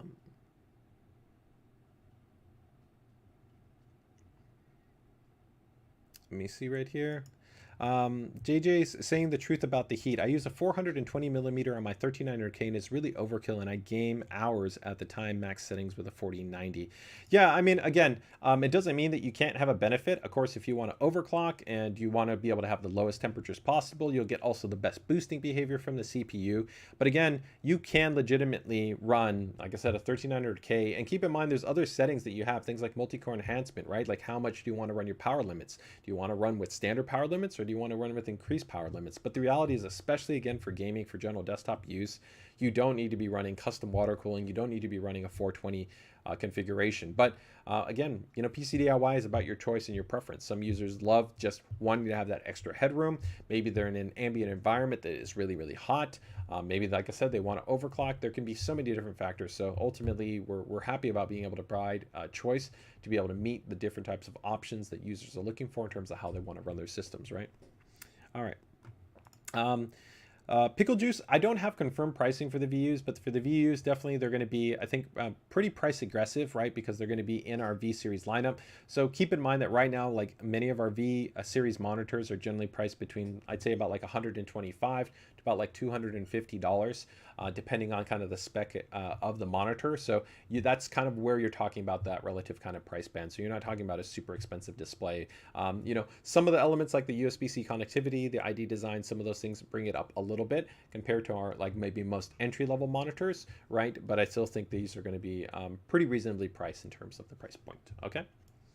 All right. So that's the VC series monitors. I'm now going to get into two of our ProArt monitors, and then we're going to go all in on the gaming monitors. So we're going to have back to back to back to back all gaming monitors, but I want to get the two ProArt monitors out of the way. So let's go with one really exciting one, which I think is going to be on the high end side for the gaming displays. So excuse me, for our ProArt monitor.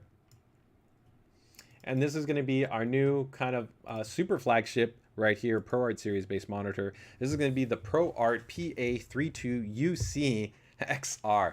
I know that is definitely a big model name, but it's a very impressive display. So this is going to be 31.5 inches, right? It's going to be a full array local dimming, 4K based panel,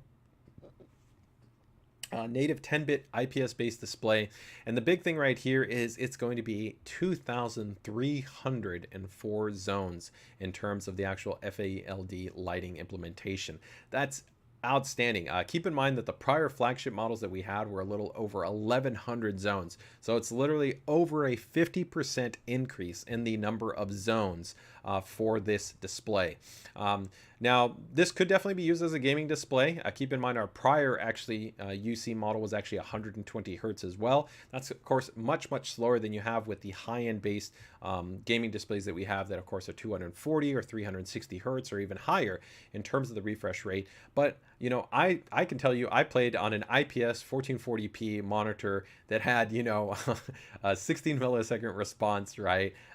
You know, for probably almost upwards of like 8 years, right? And I enjoyed that for a long time. And of course, as things get faster and as you get lower response, those things are all great and it can be hard to kind of move away from that. But could you game on this? Sure. But really the focus here is going to be for users that absolutely are going to be immersed in terms of wanting to have outstanding color accuracy. They also want to be able to have an HDR workflow. So they're working in photography, animation, videography, right? And they're working with probably uncompressed workflows, like I said, HDR based workflows, and they really are looking to, I think, have that top leading experience when it comes to an HDR implementation. So peak 1600 nits, outstanding coverage, 97% DCI-P3, factory calibrated. It does also have a built-in colorimeter, so the colorimeter will actually allow you to go ahead and consistently calibrate the monitor. A lot of people, even on our own polling, actually, it was a very small percentage of people that calibrated their monitor or even know how to calibrate their monitor. So it's important that a monitor comes already factory calibrated to get good color accuracy out of the box.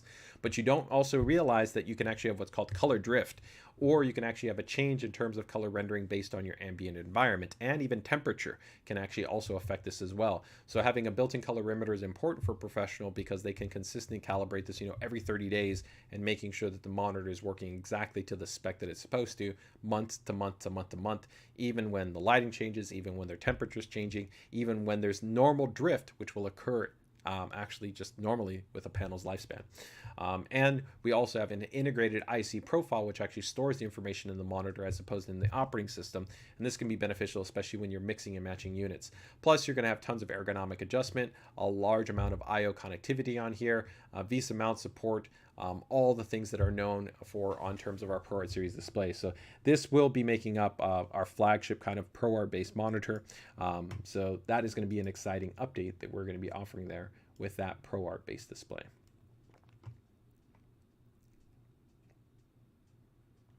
Michael gives some feedback there. 1600 nits, yeah. Michael goes, good for Forza. Yeah, I think Forza would look absolutely stunning on that right now. Yeah, that'd be pretty cool. Yeah. All right, then we've got one other ProArt monitor. This one is a kind of rounding out the current CRV series. So the current CRV series, we have a 1900 by 1200 model. We have a 4K model that's going to be at 27 inches, and then we also have a 4K at 32 inches, and now we actually have one that's going to be a very dense PPI based model, which is very interesting. This is a very unique model, very similar to kind of like the 1900 by 1200 model that we have, which is really nice to have increased vertical resolution, especially if you're using it like in a more portrait orientation for code, for email, for certain types of workflows. Some really cool things in that side, right? This model is going to give you a 1440p based resolution, but at 24 inches, right? That means it's going to be super sharp. sharp, super clear. This is, I think, going to be an exciting monitor, again, for that specific segment, for creators, for professionals. Again, IPS based, 95% DCI-P3, USB-C, which also supports a DisplayPort signal and supports 96 watts power delivery. This will also support daisy chain support, so you can connect multiple monitors together with a single cable and actually span the imagery, where you don't even have to connect the cable to the graphics card. You can actually connect the two cables together. Not all monitors support daisy chaining, so it's important to know that this is a special function that is part of our ProArt series displays, specifically these CRV models. Also has an integrated USB hub, USB 3.2, front-facing buttons right there with lots of options in terms of what you can tune, and also factory calibrated as well. So pretty cool. So that is going to be the ProArt PA24A CRV. All right.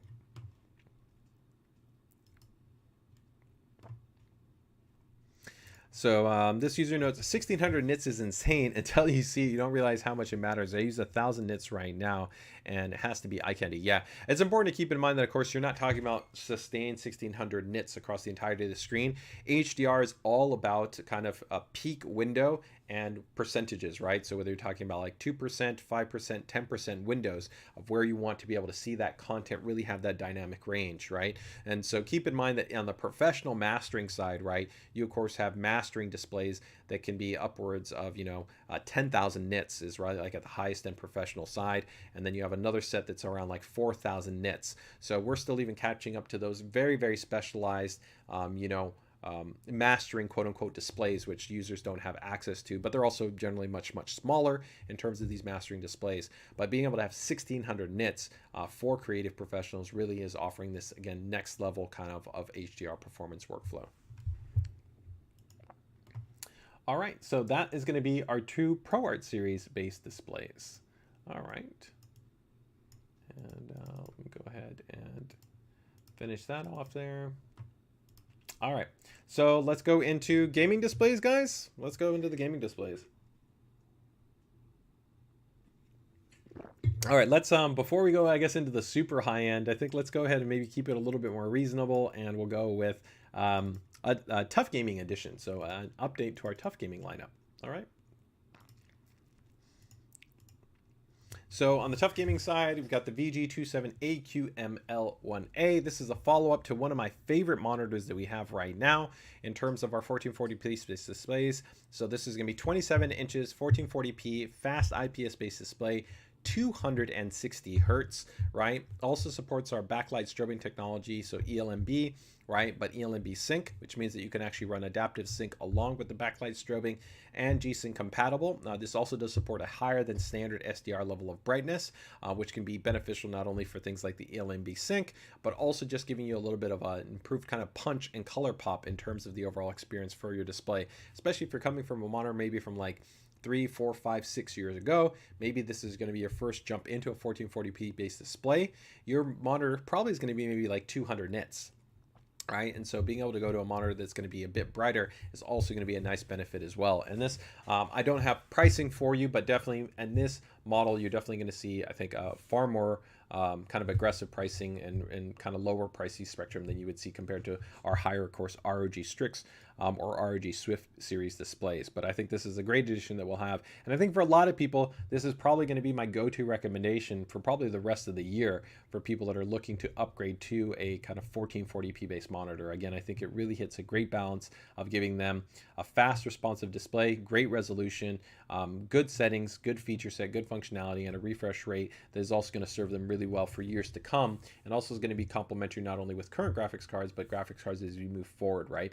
Because even right now with generally the highest end cards, depending on the games you're playing, that's really the key part, the games you're playing and the settings that you're playing, we're going to be working towards the card consistent kind of target of being able to see like 1440p, 200, 220, 240, 260 average FPS across a wide range of games. So I think this is a really solid option here that we're going to have going towards the future. All right, that's going to be our TUF Gaming display. All right, next up, what do we think, guys? We're going to go, let's go with the XG25. I think XG25, right? All right.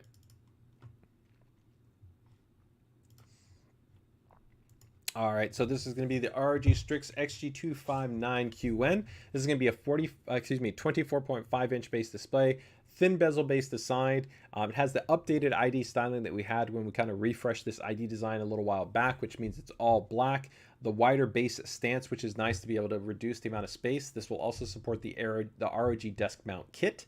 The ROG desk mount kit is a C-clamp based design, which means that if you don't want to take up any space on your desk, it's really convenient. You can just dock it to the bottom of the monitor, use that C-clamp, put it onto the side of a table, and bam, you're going to be good to go. And you can still have things like height adjustment. It's really great in that respect. Fast IPS based display, very nice and low response time overall in terms of the average.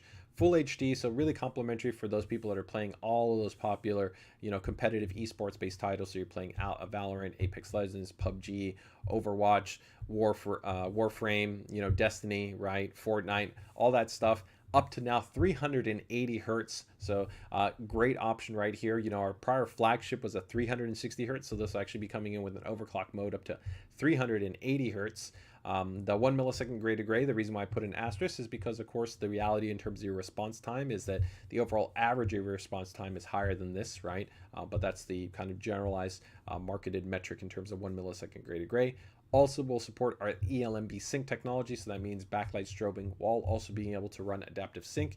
And you also have a USB hub that's also built in on this model as well. So this is going to be another update that we're going to have in terms of our gaming-based displays. Okay. All right, that's the ROG Strix there. So now let's go into some of the bigger displays. Yeah, let's go into some of the bigger displays. Okay. We're gonna go into the PG3. Yeah, let's go there. Let's go bigger. Let's go bigger, right? All right. So now we're gonna go into the higher end base displays. This is gonna be an ROG Swift. If you're not familiar, the ROG Swift is our flagship series based displays. These are the highest end monitors that we produce in terms of our gaming lineup. So they feature the most advanced features, functions, and specifications. They come with factory calibration. They have the best in class technologies that are on the market, right? And so we look to offer really an outstanding experience when a user is looking to get an ROG Swift based display. So here we come, is that we've got a 38 inch. This is pretty interesting. 38 inch is not something that you normally see when you talk about a 4K based monitor. Traditionally, you're talking 4K is either going to be a 27 or 28 inch. I really actually like 27 or 28 inch 4K because of the pixel density is so packed in. It's super sharp, but some people feel it's too much resolution and too small of an actual size. And so that's why a lot of people really like 4K at 32 inches.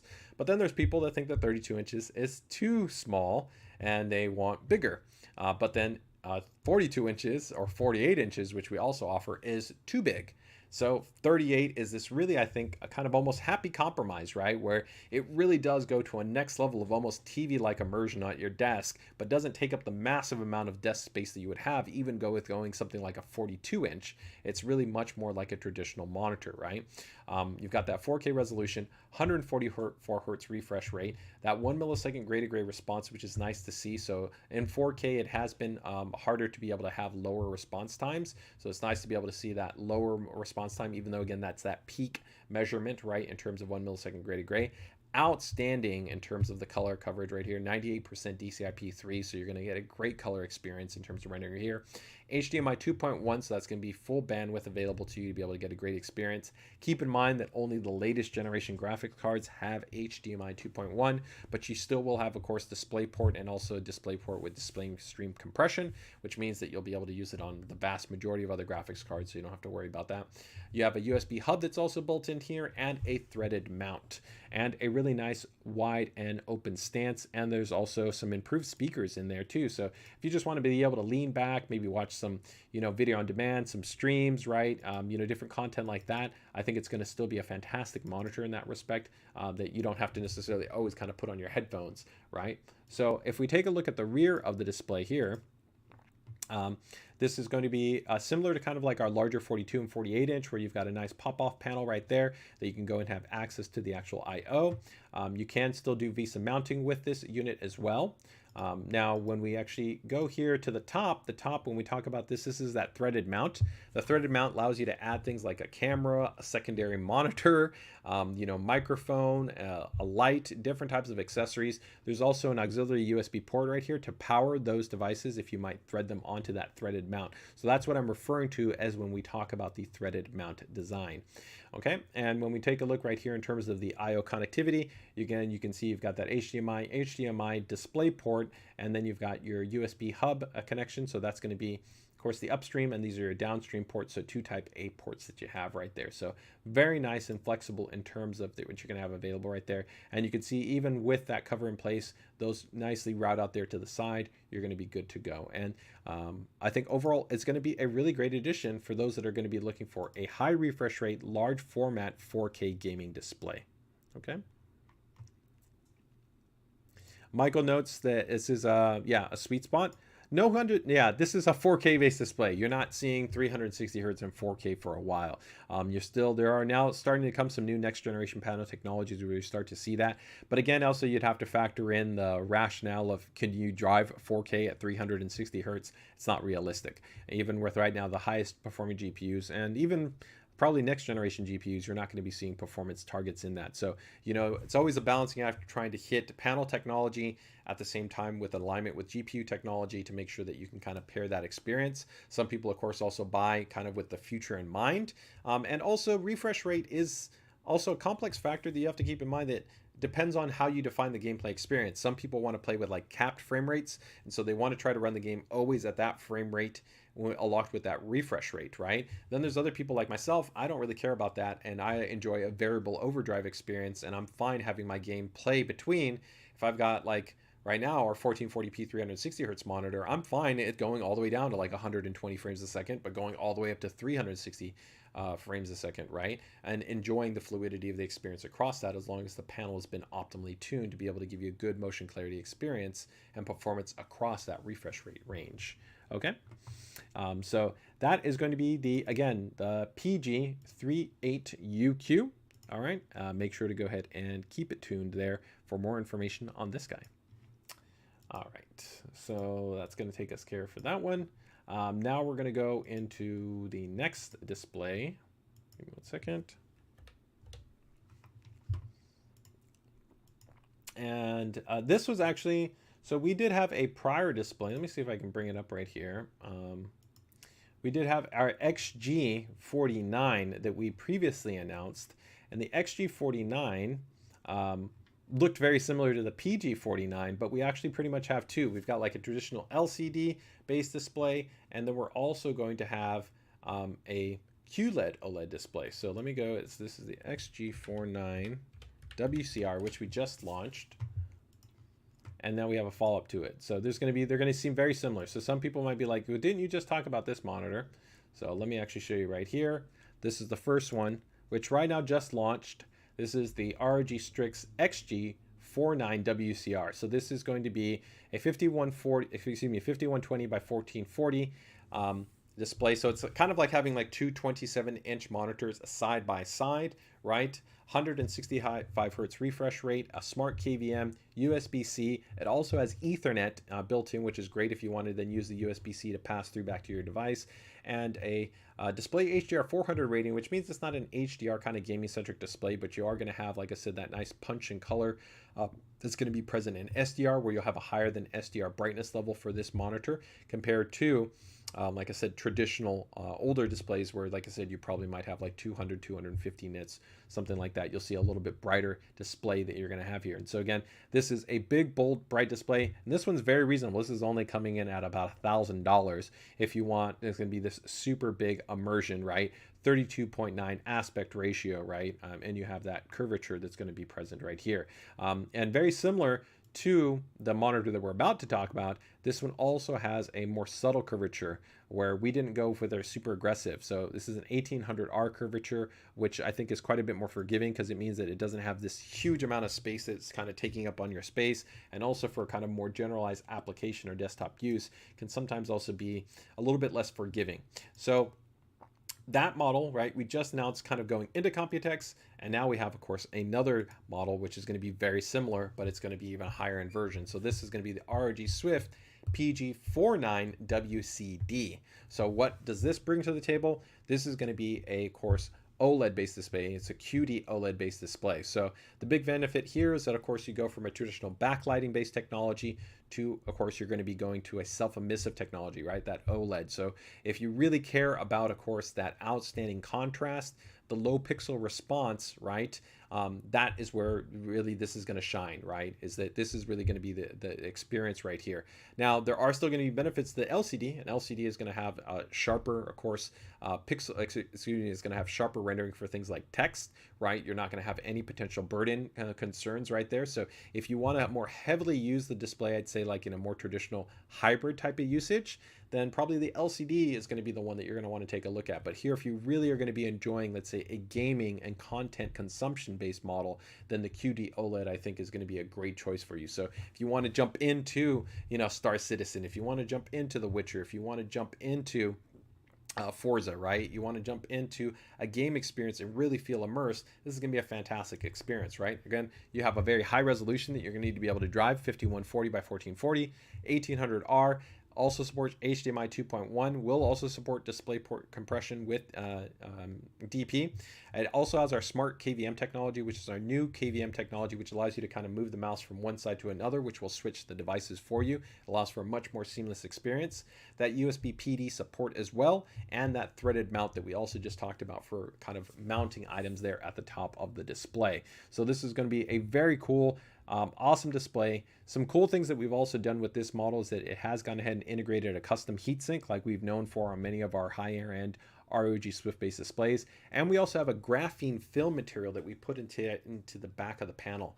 This helps to go ahead and manage heat and lower the actual heat of the display, helping to maximize its lifespan and also helping to achieve even higher performance ratings. So this will actually be a HDR 1000 rated monitor, so really offering an outstanding experience when you talk about not only the color rendering performance and also the pretty much elimination of blooming, the great pixel response of QD OLED, right?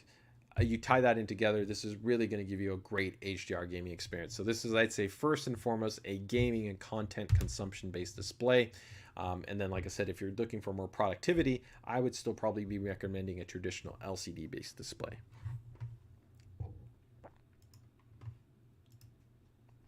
All right, let me see if we have any questions right there.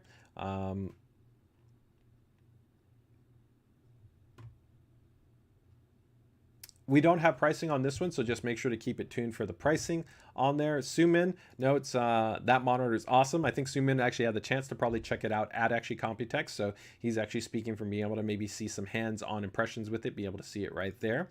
In terms of the actual speakers, I'd actually have to double check on that. Let me see. I don't know if it follows our same design guidance. It should actually have I believe a speaker implementation on it, but let me see right here. Yes, I believe that one should be the same, just like the XG49 WCR. So it should be two 5-watt speakers. So it should be a bit better than kind of the standard. Most speakers generally are going to be like 1 watt or 2 watts. So 5 watts actually gives you a little bit more punch, a little bit more kind of dynamic range, going to be a little bit more thumpy, right? So you get a little bit more bass response. So I think you could use this, like I said, as just a standard kind of audio experience for some light gaming, definitely watching videos, watching maybe video on demand content, watching streams, podcasts, things like that. I think entirely okay if you want to use the integrated speakers. But please reserve 100% confirmation on that. I will need to 100% confirm that this model follows the same speaker layout as the XG49 WCR, which, like I said, dimensionally and overall, design-wise is going to be the same. It's just an LCD versus a QLED. So that model does come with 5-watt speakers, right? 2 5-watt speakers, but I will confirm that. If you want, you can tag me in the group or you can email me at pcdiy@asus.com. Okay?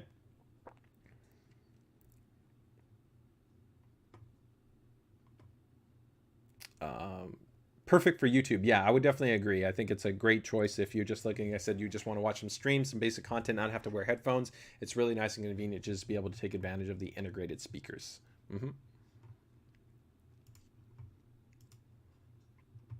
The 38-inch is an IPS, it should be an IPS-like base display, but we'll release 100% complete specification information on that monitor in the not-too-distant future. Let me see here if I have it actually in my subfield notes. Give me 1 second.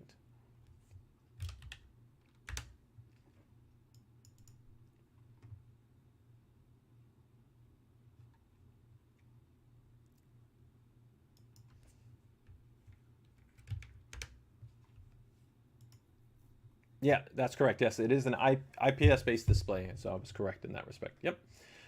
And I believe actually that one is actually a fast IPS. Let me double check. Yes, so it's a fast IPS. So that's the reason also why, like I said, compared to kind of some of the older 4K high refresh rate monitors, which had still an IPS based display, great color gamut, right? They were a little bit slower. Still fine for me. I actually gamed quite some time on our 4K IPS based display, and I didn't really have a concern with it. But you know, it all I think depends on what you're coming from. If you've kind of maybe already spent a lot of time on a monitor that has a very good, consistent, low response time, right? Especially if it's quote unquote classified as a 1 millisecond, that doesn't mean that it's actually generally 1 millisecond. The average overall response time is notably higher than that. But if you've spent time with a monitor that is essentially at that range, then you know, it might be harder for you to transition to a monitor that, of course, has a lower essentially response time, right? Excuse me, not a lower, but a higher response time, right? That's one factor. Also, something that I haven't noted here and some users aren't aware of, do keep in mind that the overall kind of response experience does differ on an LCD with HDR than it does on a more self-emissive base panel design. So things like a QD OLED or an OLED, that is a benefit of the technology, is that generally you will see pretty much a consistent experience between whether it's SDR or HDR versus where an LCD there's a little bit more of a shift when you're talking about between like SDR to HDR. Okay.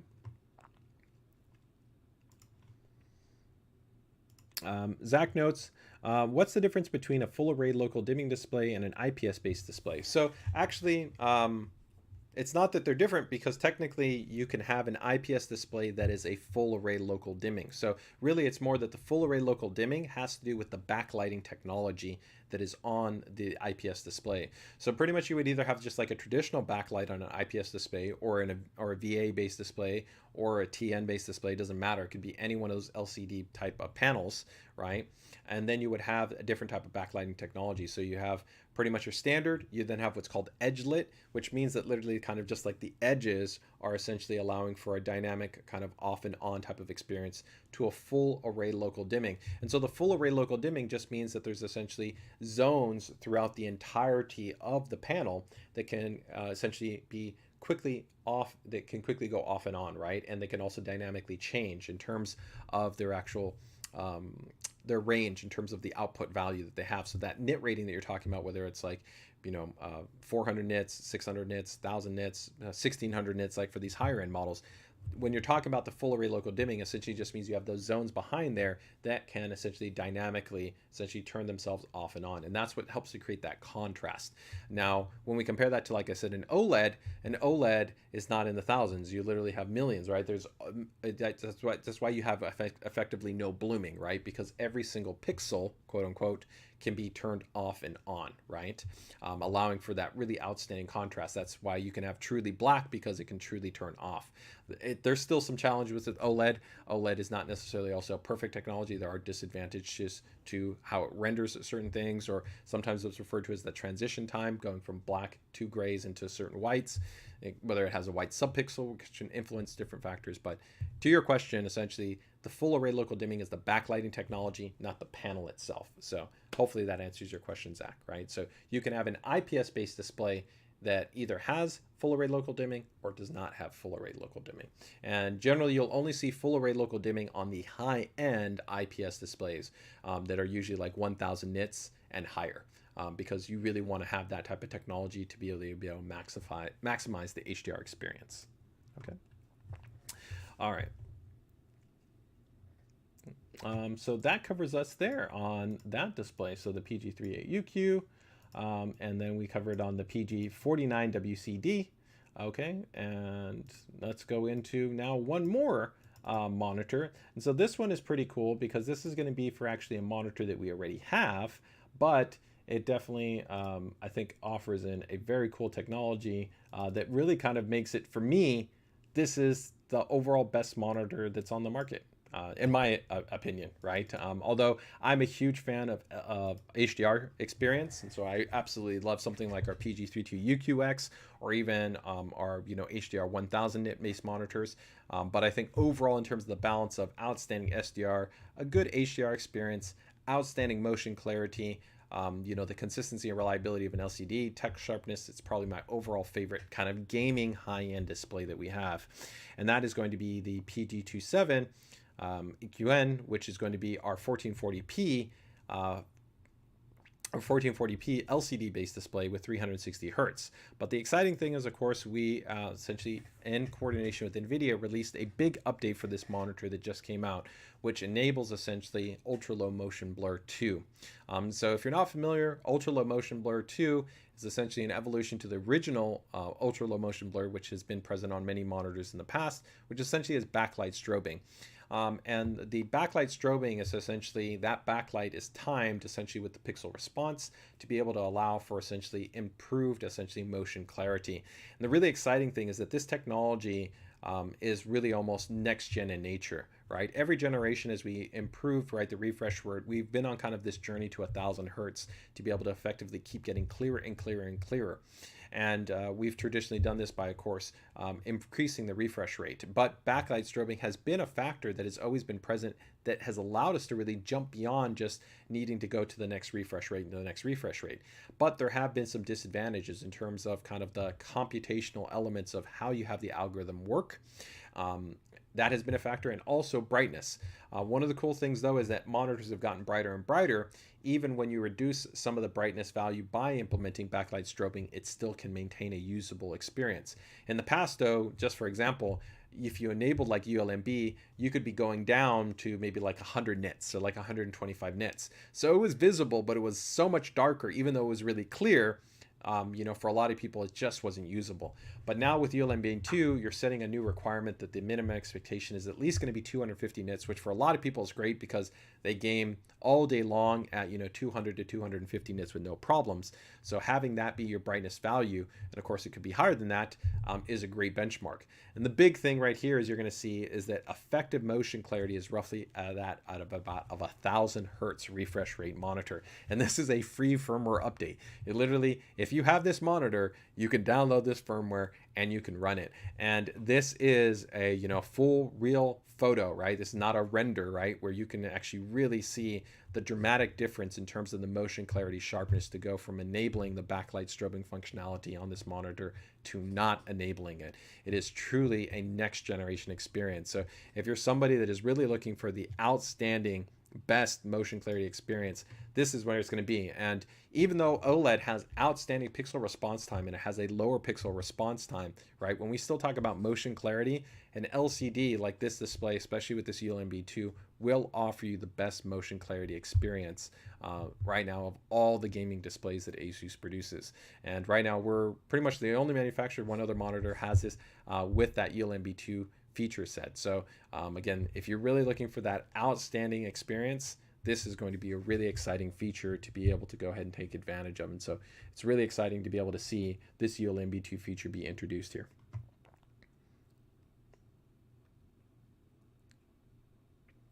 Zach, yeah, no problem. Happy to answer that question for you right there. I'm also going to go ahead and drop some links here in the chat for you guys. So if you guys want to see some of the more information on that ULMB, you can, and you can also see where you can actually download the firmware update for if you happen to have this monitor. It's a very simple process to download essentially this update. It's not complicated at all. You'll be able to go ahead and do that. But let me go ahead and show you guys a little bit of a video right here. And give me 1 second so I can show this to you here. I'll load this up here. Yeah, okay, there we go. And of course, this is going to be a little bit compressed, right? So you always have to kind of account for some of the compression that you're going to have to the stream. And then we're also restreaming it. So the restreaming is also going to be affecting it there. So that's going to be a factor, but let's see if we can go ahead and show you here.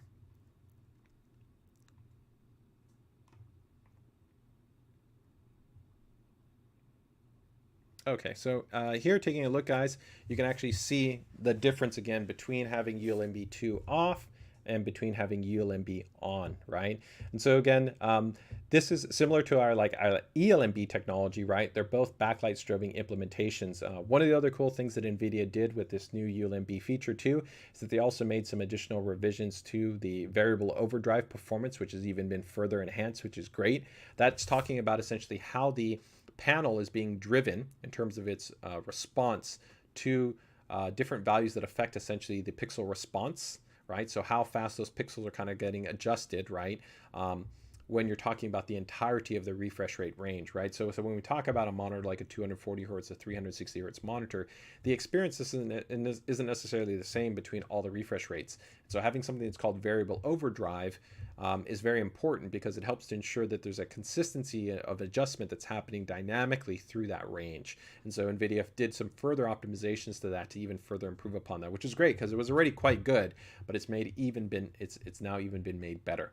And now you also have this, like I said, option to be able to ULMB, but it's pretty stark. It's pretty crazy again to be able to see this difference in terms of just being able to firmware update this and have this access to this ULMB feature set. So pretty cool.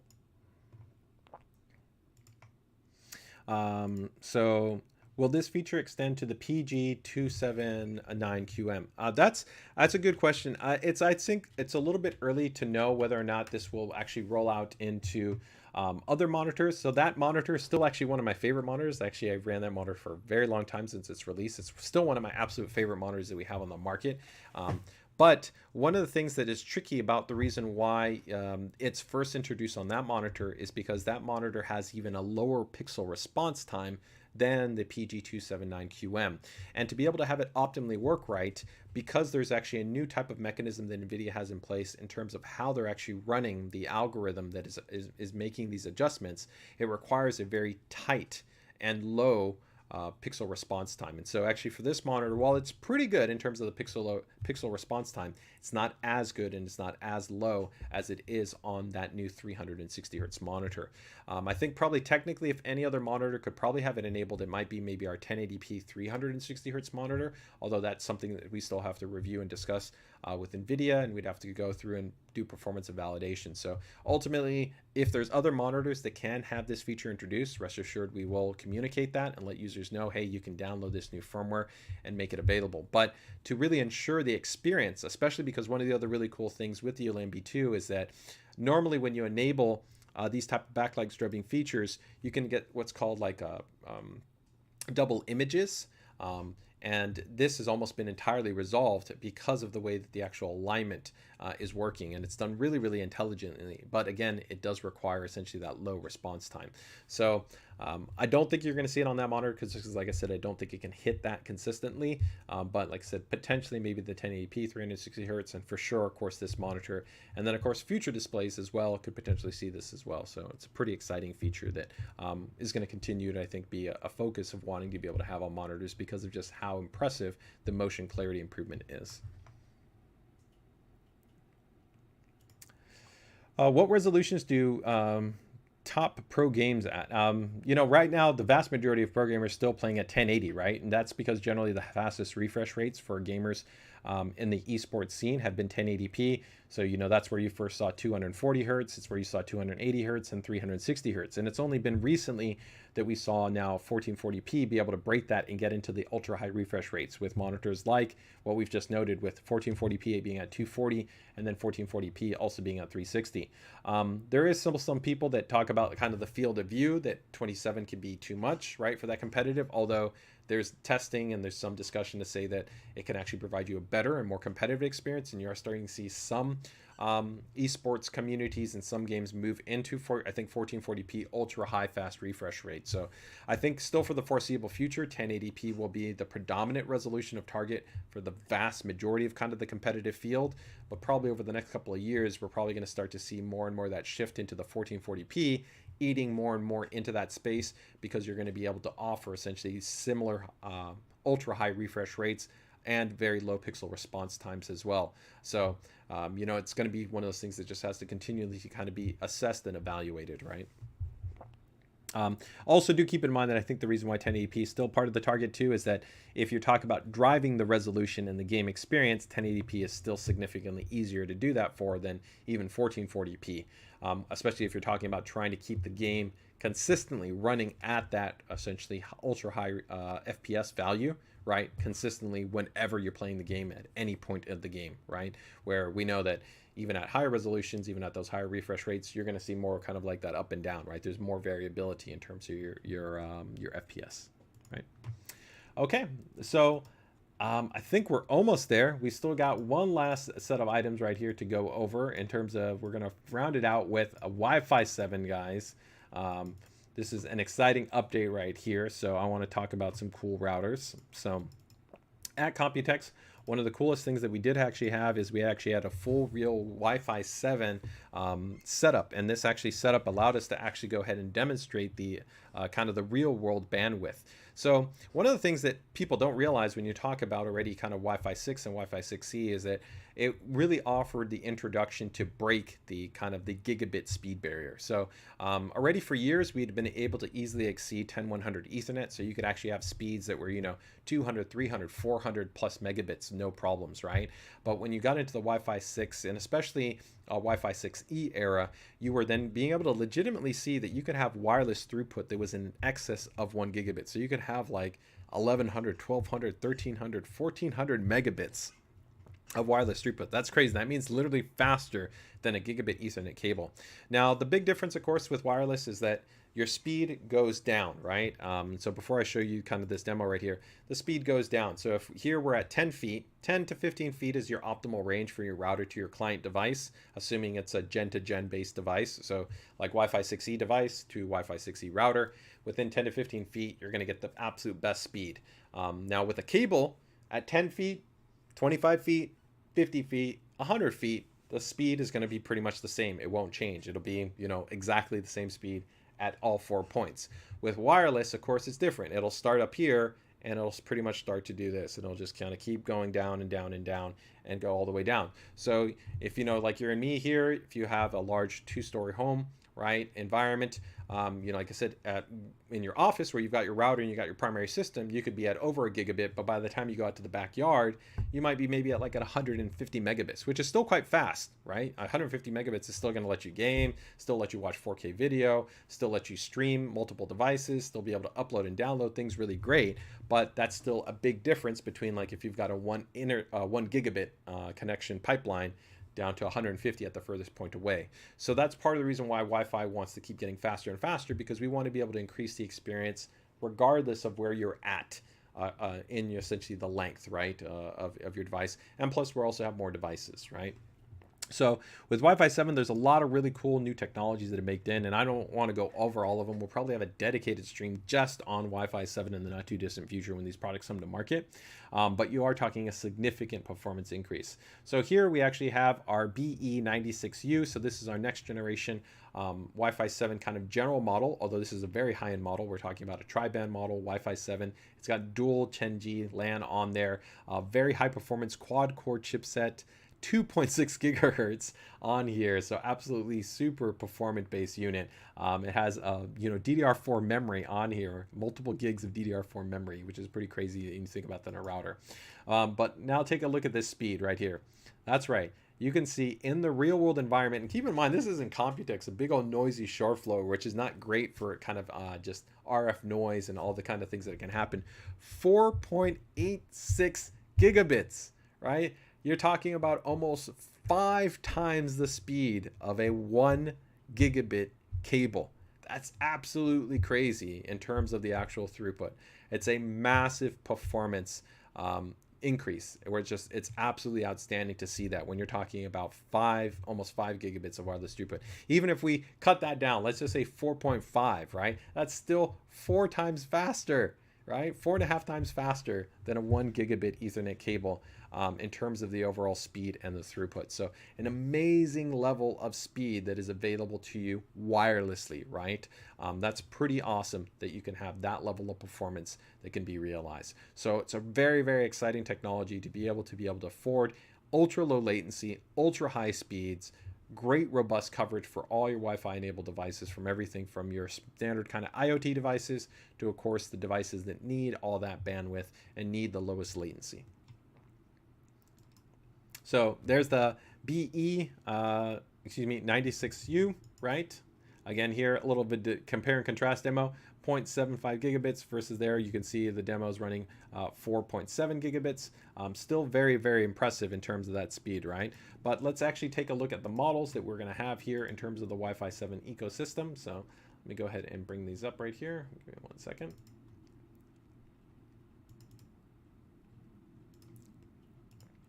So here you can see we're going to have essentially three different kind of Wi-Fi 7 models initially kind of coming to the market. So we will have the BE96U, which, as I noted, like I said, will be a tri-band based model, along with dual 10G, which will be on that unit, along with high speed based USB 3.2 connectivity that's on there. And again, if you've got an older router that is only dual band versus tri-band, the big benefit is tri-band is going to give you essentially a dedicated band for your highest speed devices. It can also be beneficial if you ever want to pair another router together to make even a broader coverage, because if you're not familiar with how mesh products work by taking one of the bands of the router and using it as what's called a backhaul. So essentially, it's kind of like if you had two arms, it's going to take one of those arms to link another person together by holding those two arms. So you only have one arm free. Where if imagine if you had three arms and you're connecting two people together, that third arm could be connecting the two people together, but you still have two arms free to do everything that you need to do. So it's really ideal. So a tri-band model allows for your improved performance for essentially the highest speed devices, or for a great deal of flexibility if you want to have what's called a dedicated backhaul for the connection between the two units. And like always, ASUS will maintain its ASUS AI mesh technology, which means that you can pair two of these routers together to even have broader coverage if that's something you're looking for. Although keep in mind, one single high-end router like this can comfortably cover a space that's 25, 26, 28, almost 3,000 square feet is actually realistic for the coverage of one single router. So you don't need to go into mesh. And actually in those configurations, generally, unless you're talking about the far perimeters of the coverage zone, performance and the overall feature set will be much better on a router than it would be on a mesh networking product. But ASUS does offer both. We offer mesh networking solutions, we offer traditional router solutions, and then all of our traditional router solutions can be mesh networking products. The higher end model will be the ROG Rapture GT-BE98, and that unit moves over to a quad band based router, and it will have three 10G ports, and then it will also have four 2.5 gigabit Ethernet ports. So it will absolutely offer you an amazing experience for those users that want super high speed wired connections, right, along with the fastest wireless connections. And this unit will even have a more advanced, kind of higher performing version of the SoC chipset that we have on the BE96U. So if you absolutely want the flagship, the fastest router that you can get, the Rapture GT BE98 is going to be that flagship model from us. And then we also introduced a Computex right here, the Zen Wi-Fi BQ16 Pro, which will also be a quad band mesh networking product. So this will be really designed for super broad coverage. And when I talk about super broad coverage, I'm talking about 4,000, 5,000, 6,000, 6,500 square foot environments. So really big environments or really big spaces is what you're going to be covering with this type of mesh networking product. And this will also be a quad band based unit, but keep in mind that the quad band, you're going to be losing one of those bands because you're of course going to be connecting the units wirelessly, but you'll still have multiple bands available, and you also still even have dual 10G LAN, and you have multi-gigabit WAN. All of these units have multi-gigabit WAN, which means that you can support faster than even 1 gigabit ISP services. There's lots of other features and functions that I won't even get into that these routers bring to the table that offer really amazing experience for users, but some really cool stuff here with these next generation Wi-Fi 7 products. Zach is going, can I pair an AX89X router to the GT-BE98 via AI mesh? So yes, we did already allow for backwards compatibility like in Wi-Fi 5 with Wi-Fi 6. Similarly, while we haven't validated that, and I can't say that with 100% certainty, I'd have pretty high confidence that we will allow for essentially interoperability. There will be some interesting things with the 89X. In terms of how that works, you'll be limiting some of the maximum throughput, but that is a combination that could still work. So if you still wanted to kind of pair that together to even have a broader level of coverage and take advantage of some of the other benefits that that unit has, you could mix them in. And essentially you will just be limited to a little bit of that lowest common denominator, but you would still get an increase in the overall kind of signal coverage throughput because you're stabilizing the signal by going to that mesh environment, which is really, that's the advantage of mesh. Mesh is not necessarily it's faster, it's that especially in, let's say, the further zones away, so I'd say like in that outwards 60 to 70 to 80% zone away, right, that's when you start to see that mesh can be even maybe faster than a traditional router because the signal strength gets bumped up and the signal might be more stable and be able to give you a better speed, right? But generally probably within the first 50 feet, traditional routers will probably give you better speed than you would have with a mesh networking product, right? And part of that is also because then they have more bands available, there's more bandwidth that's available. So that is something to keep in mind of. But it will be interesting. I'd say just watch out for feedback that we'll give also, because we also do allow for what's called a wired backhaul. So you can also actually wire two of the routers together through a wire as opposed to using any of the wireless bands. And that also is a very interesting kind of permutation that allows you to get more performance if you do two routers together in that respect. Okay. All right.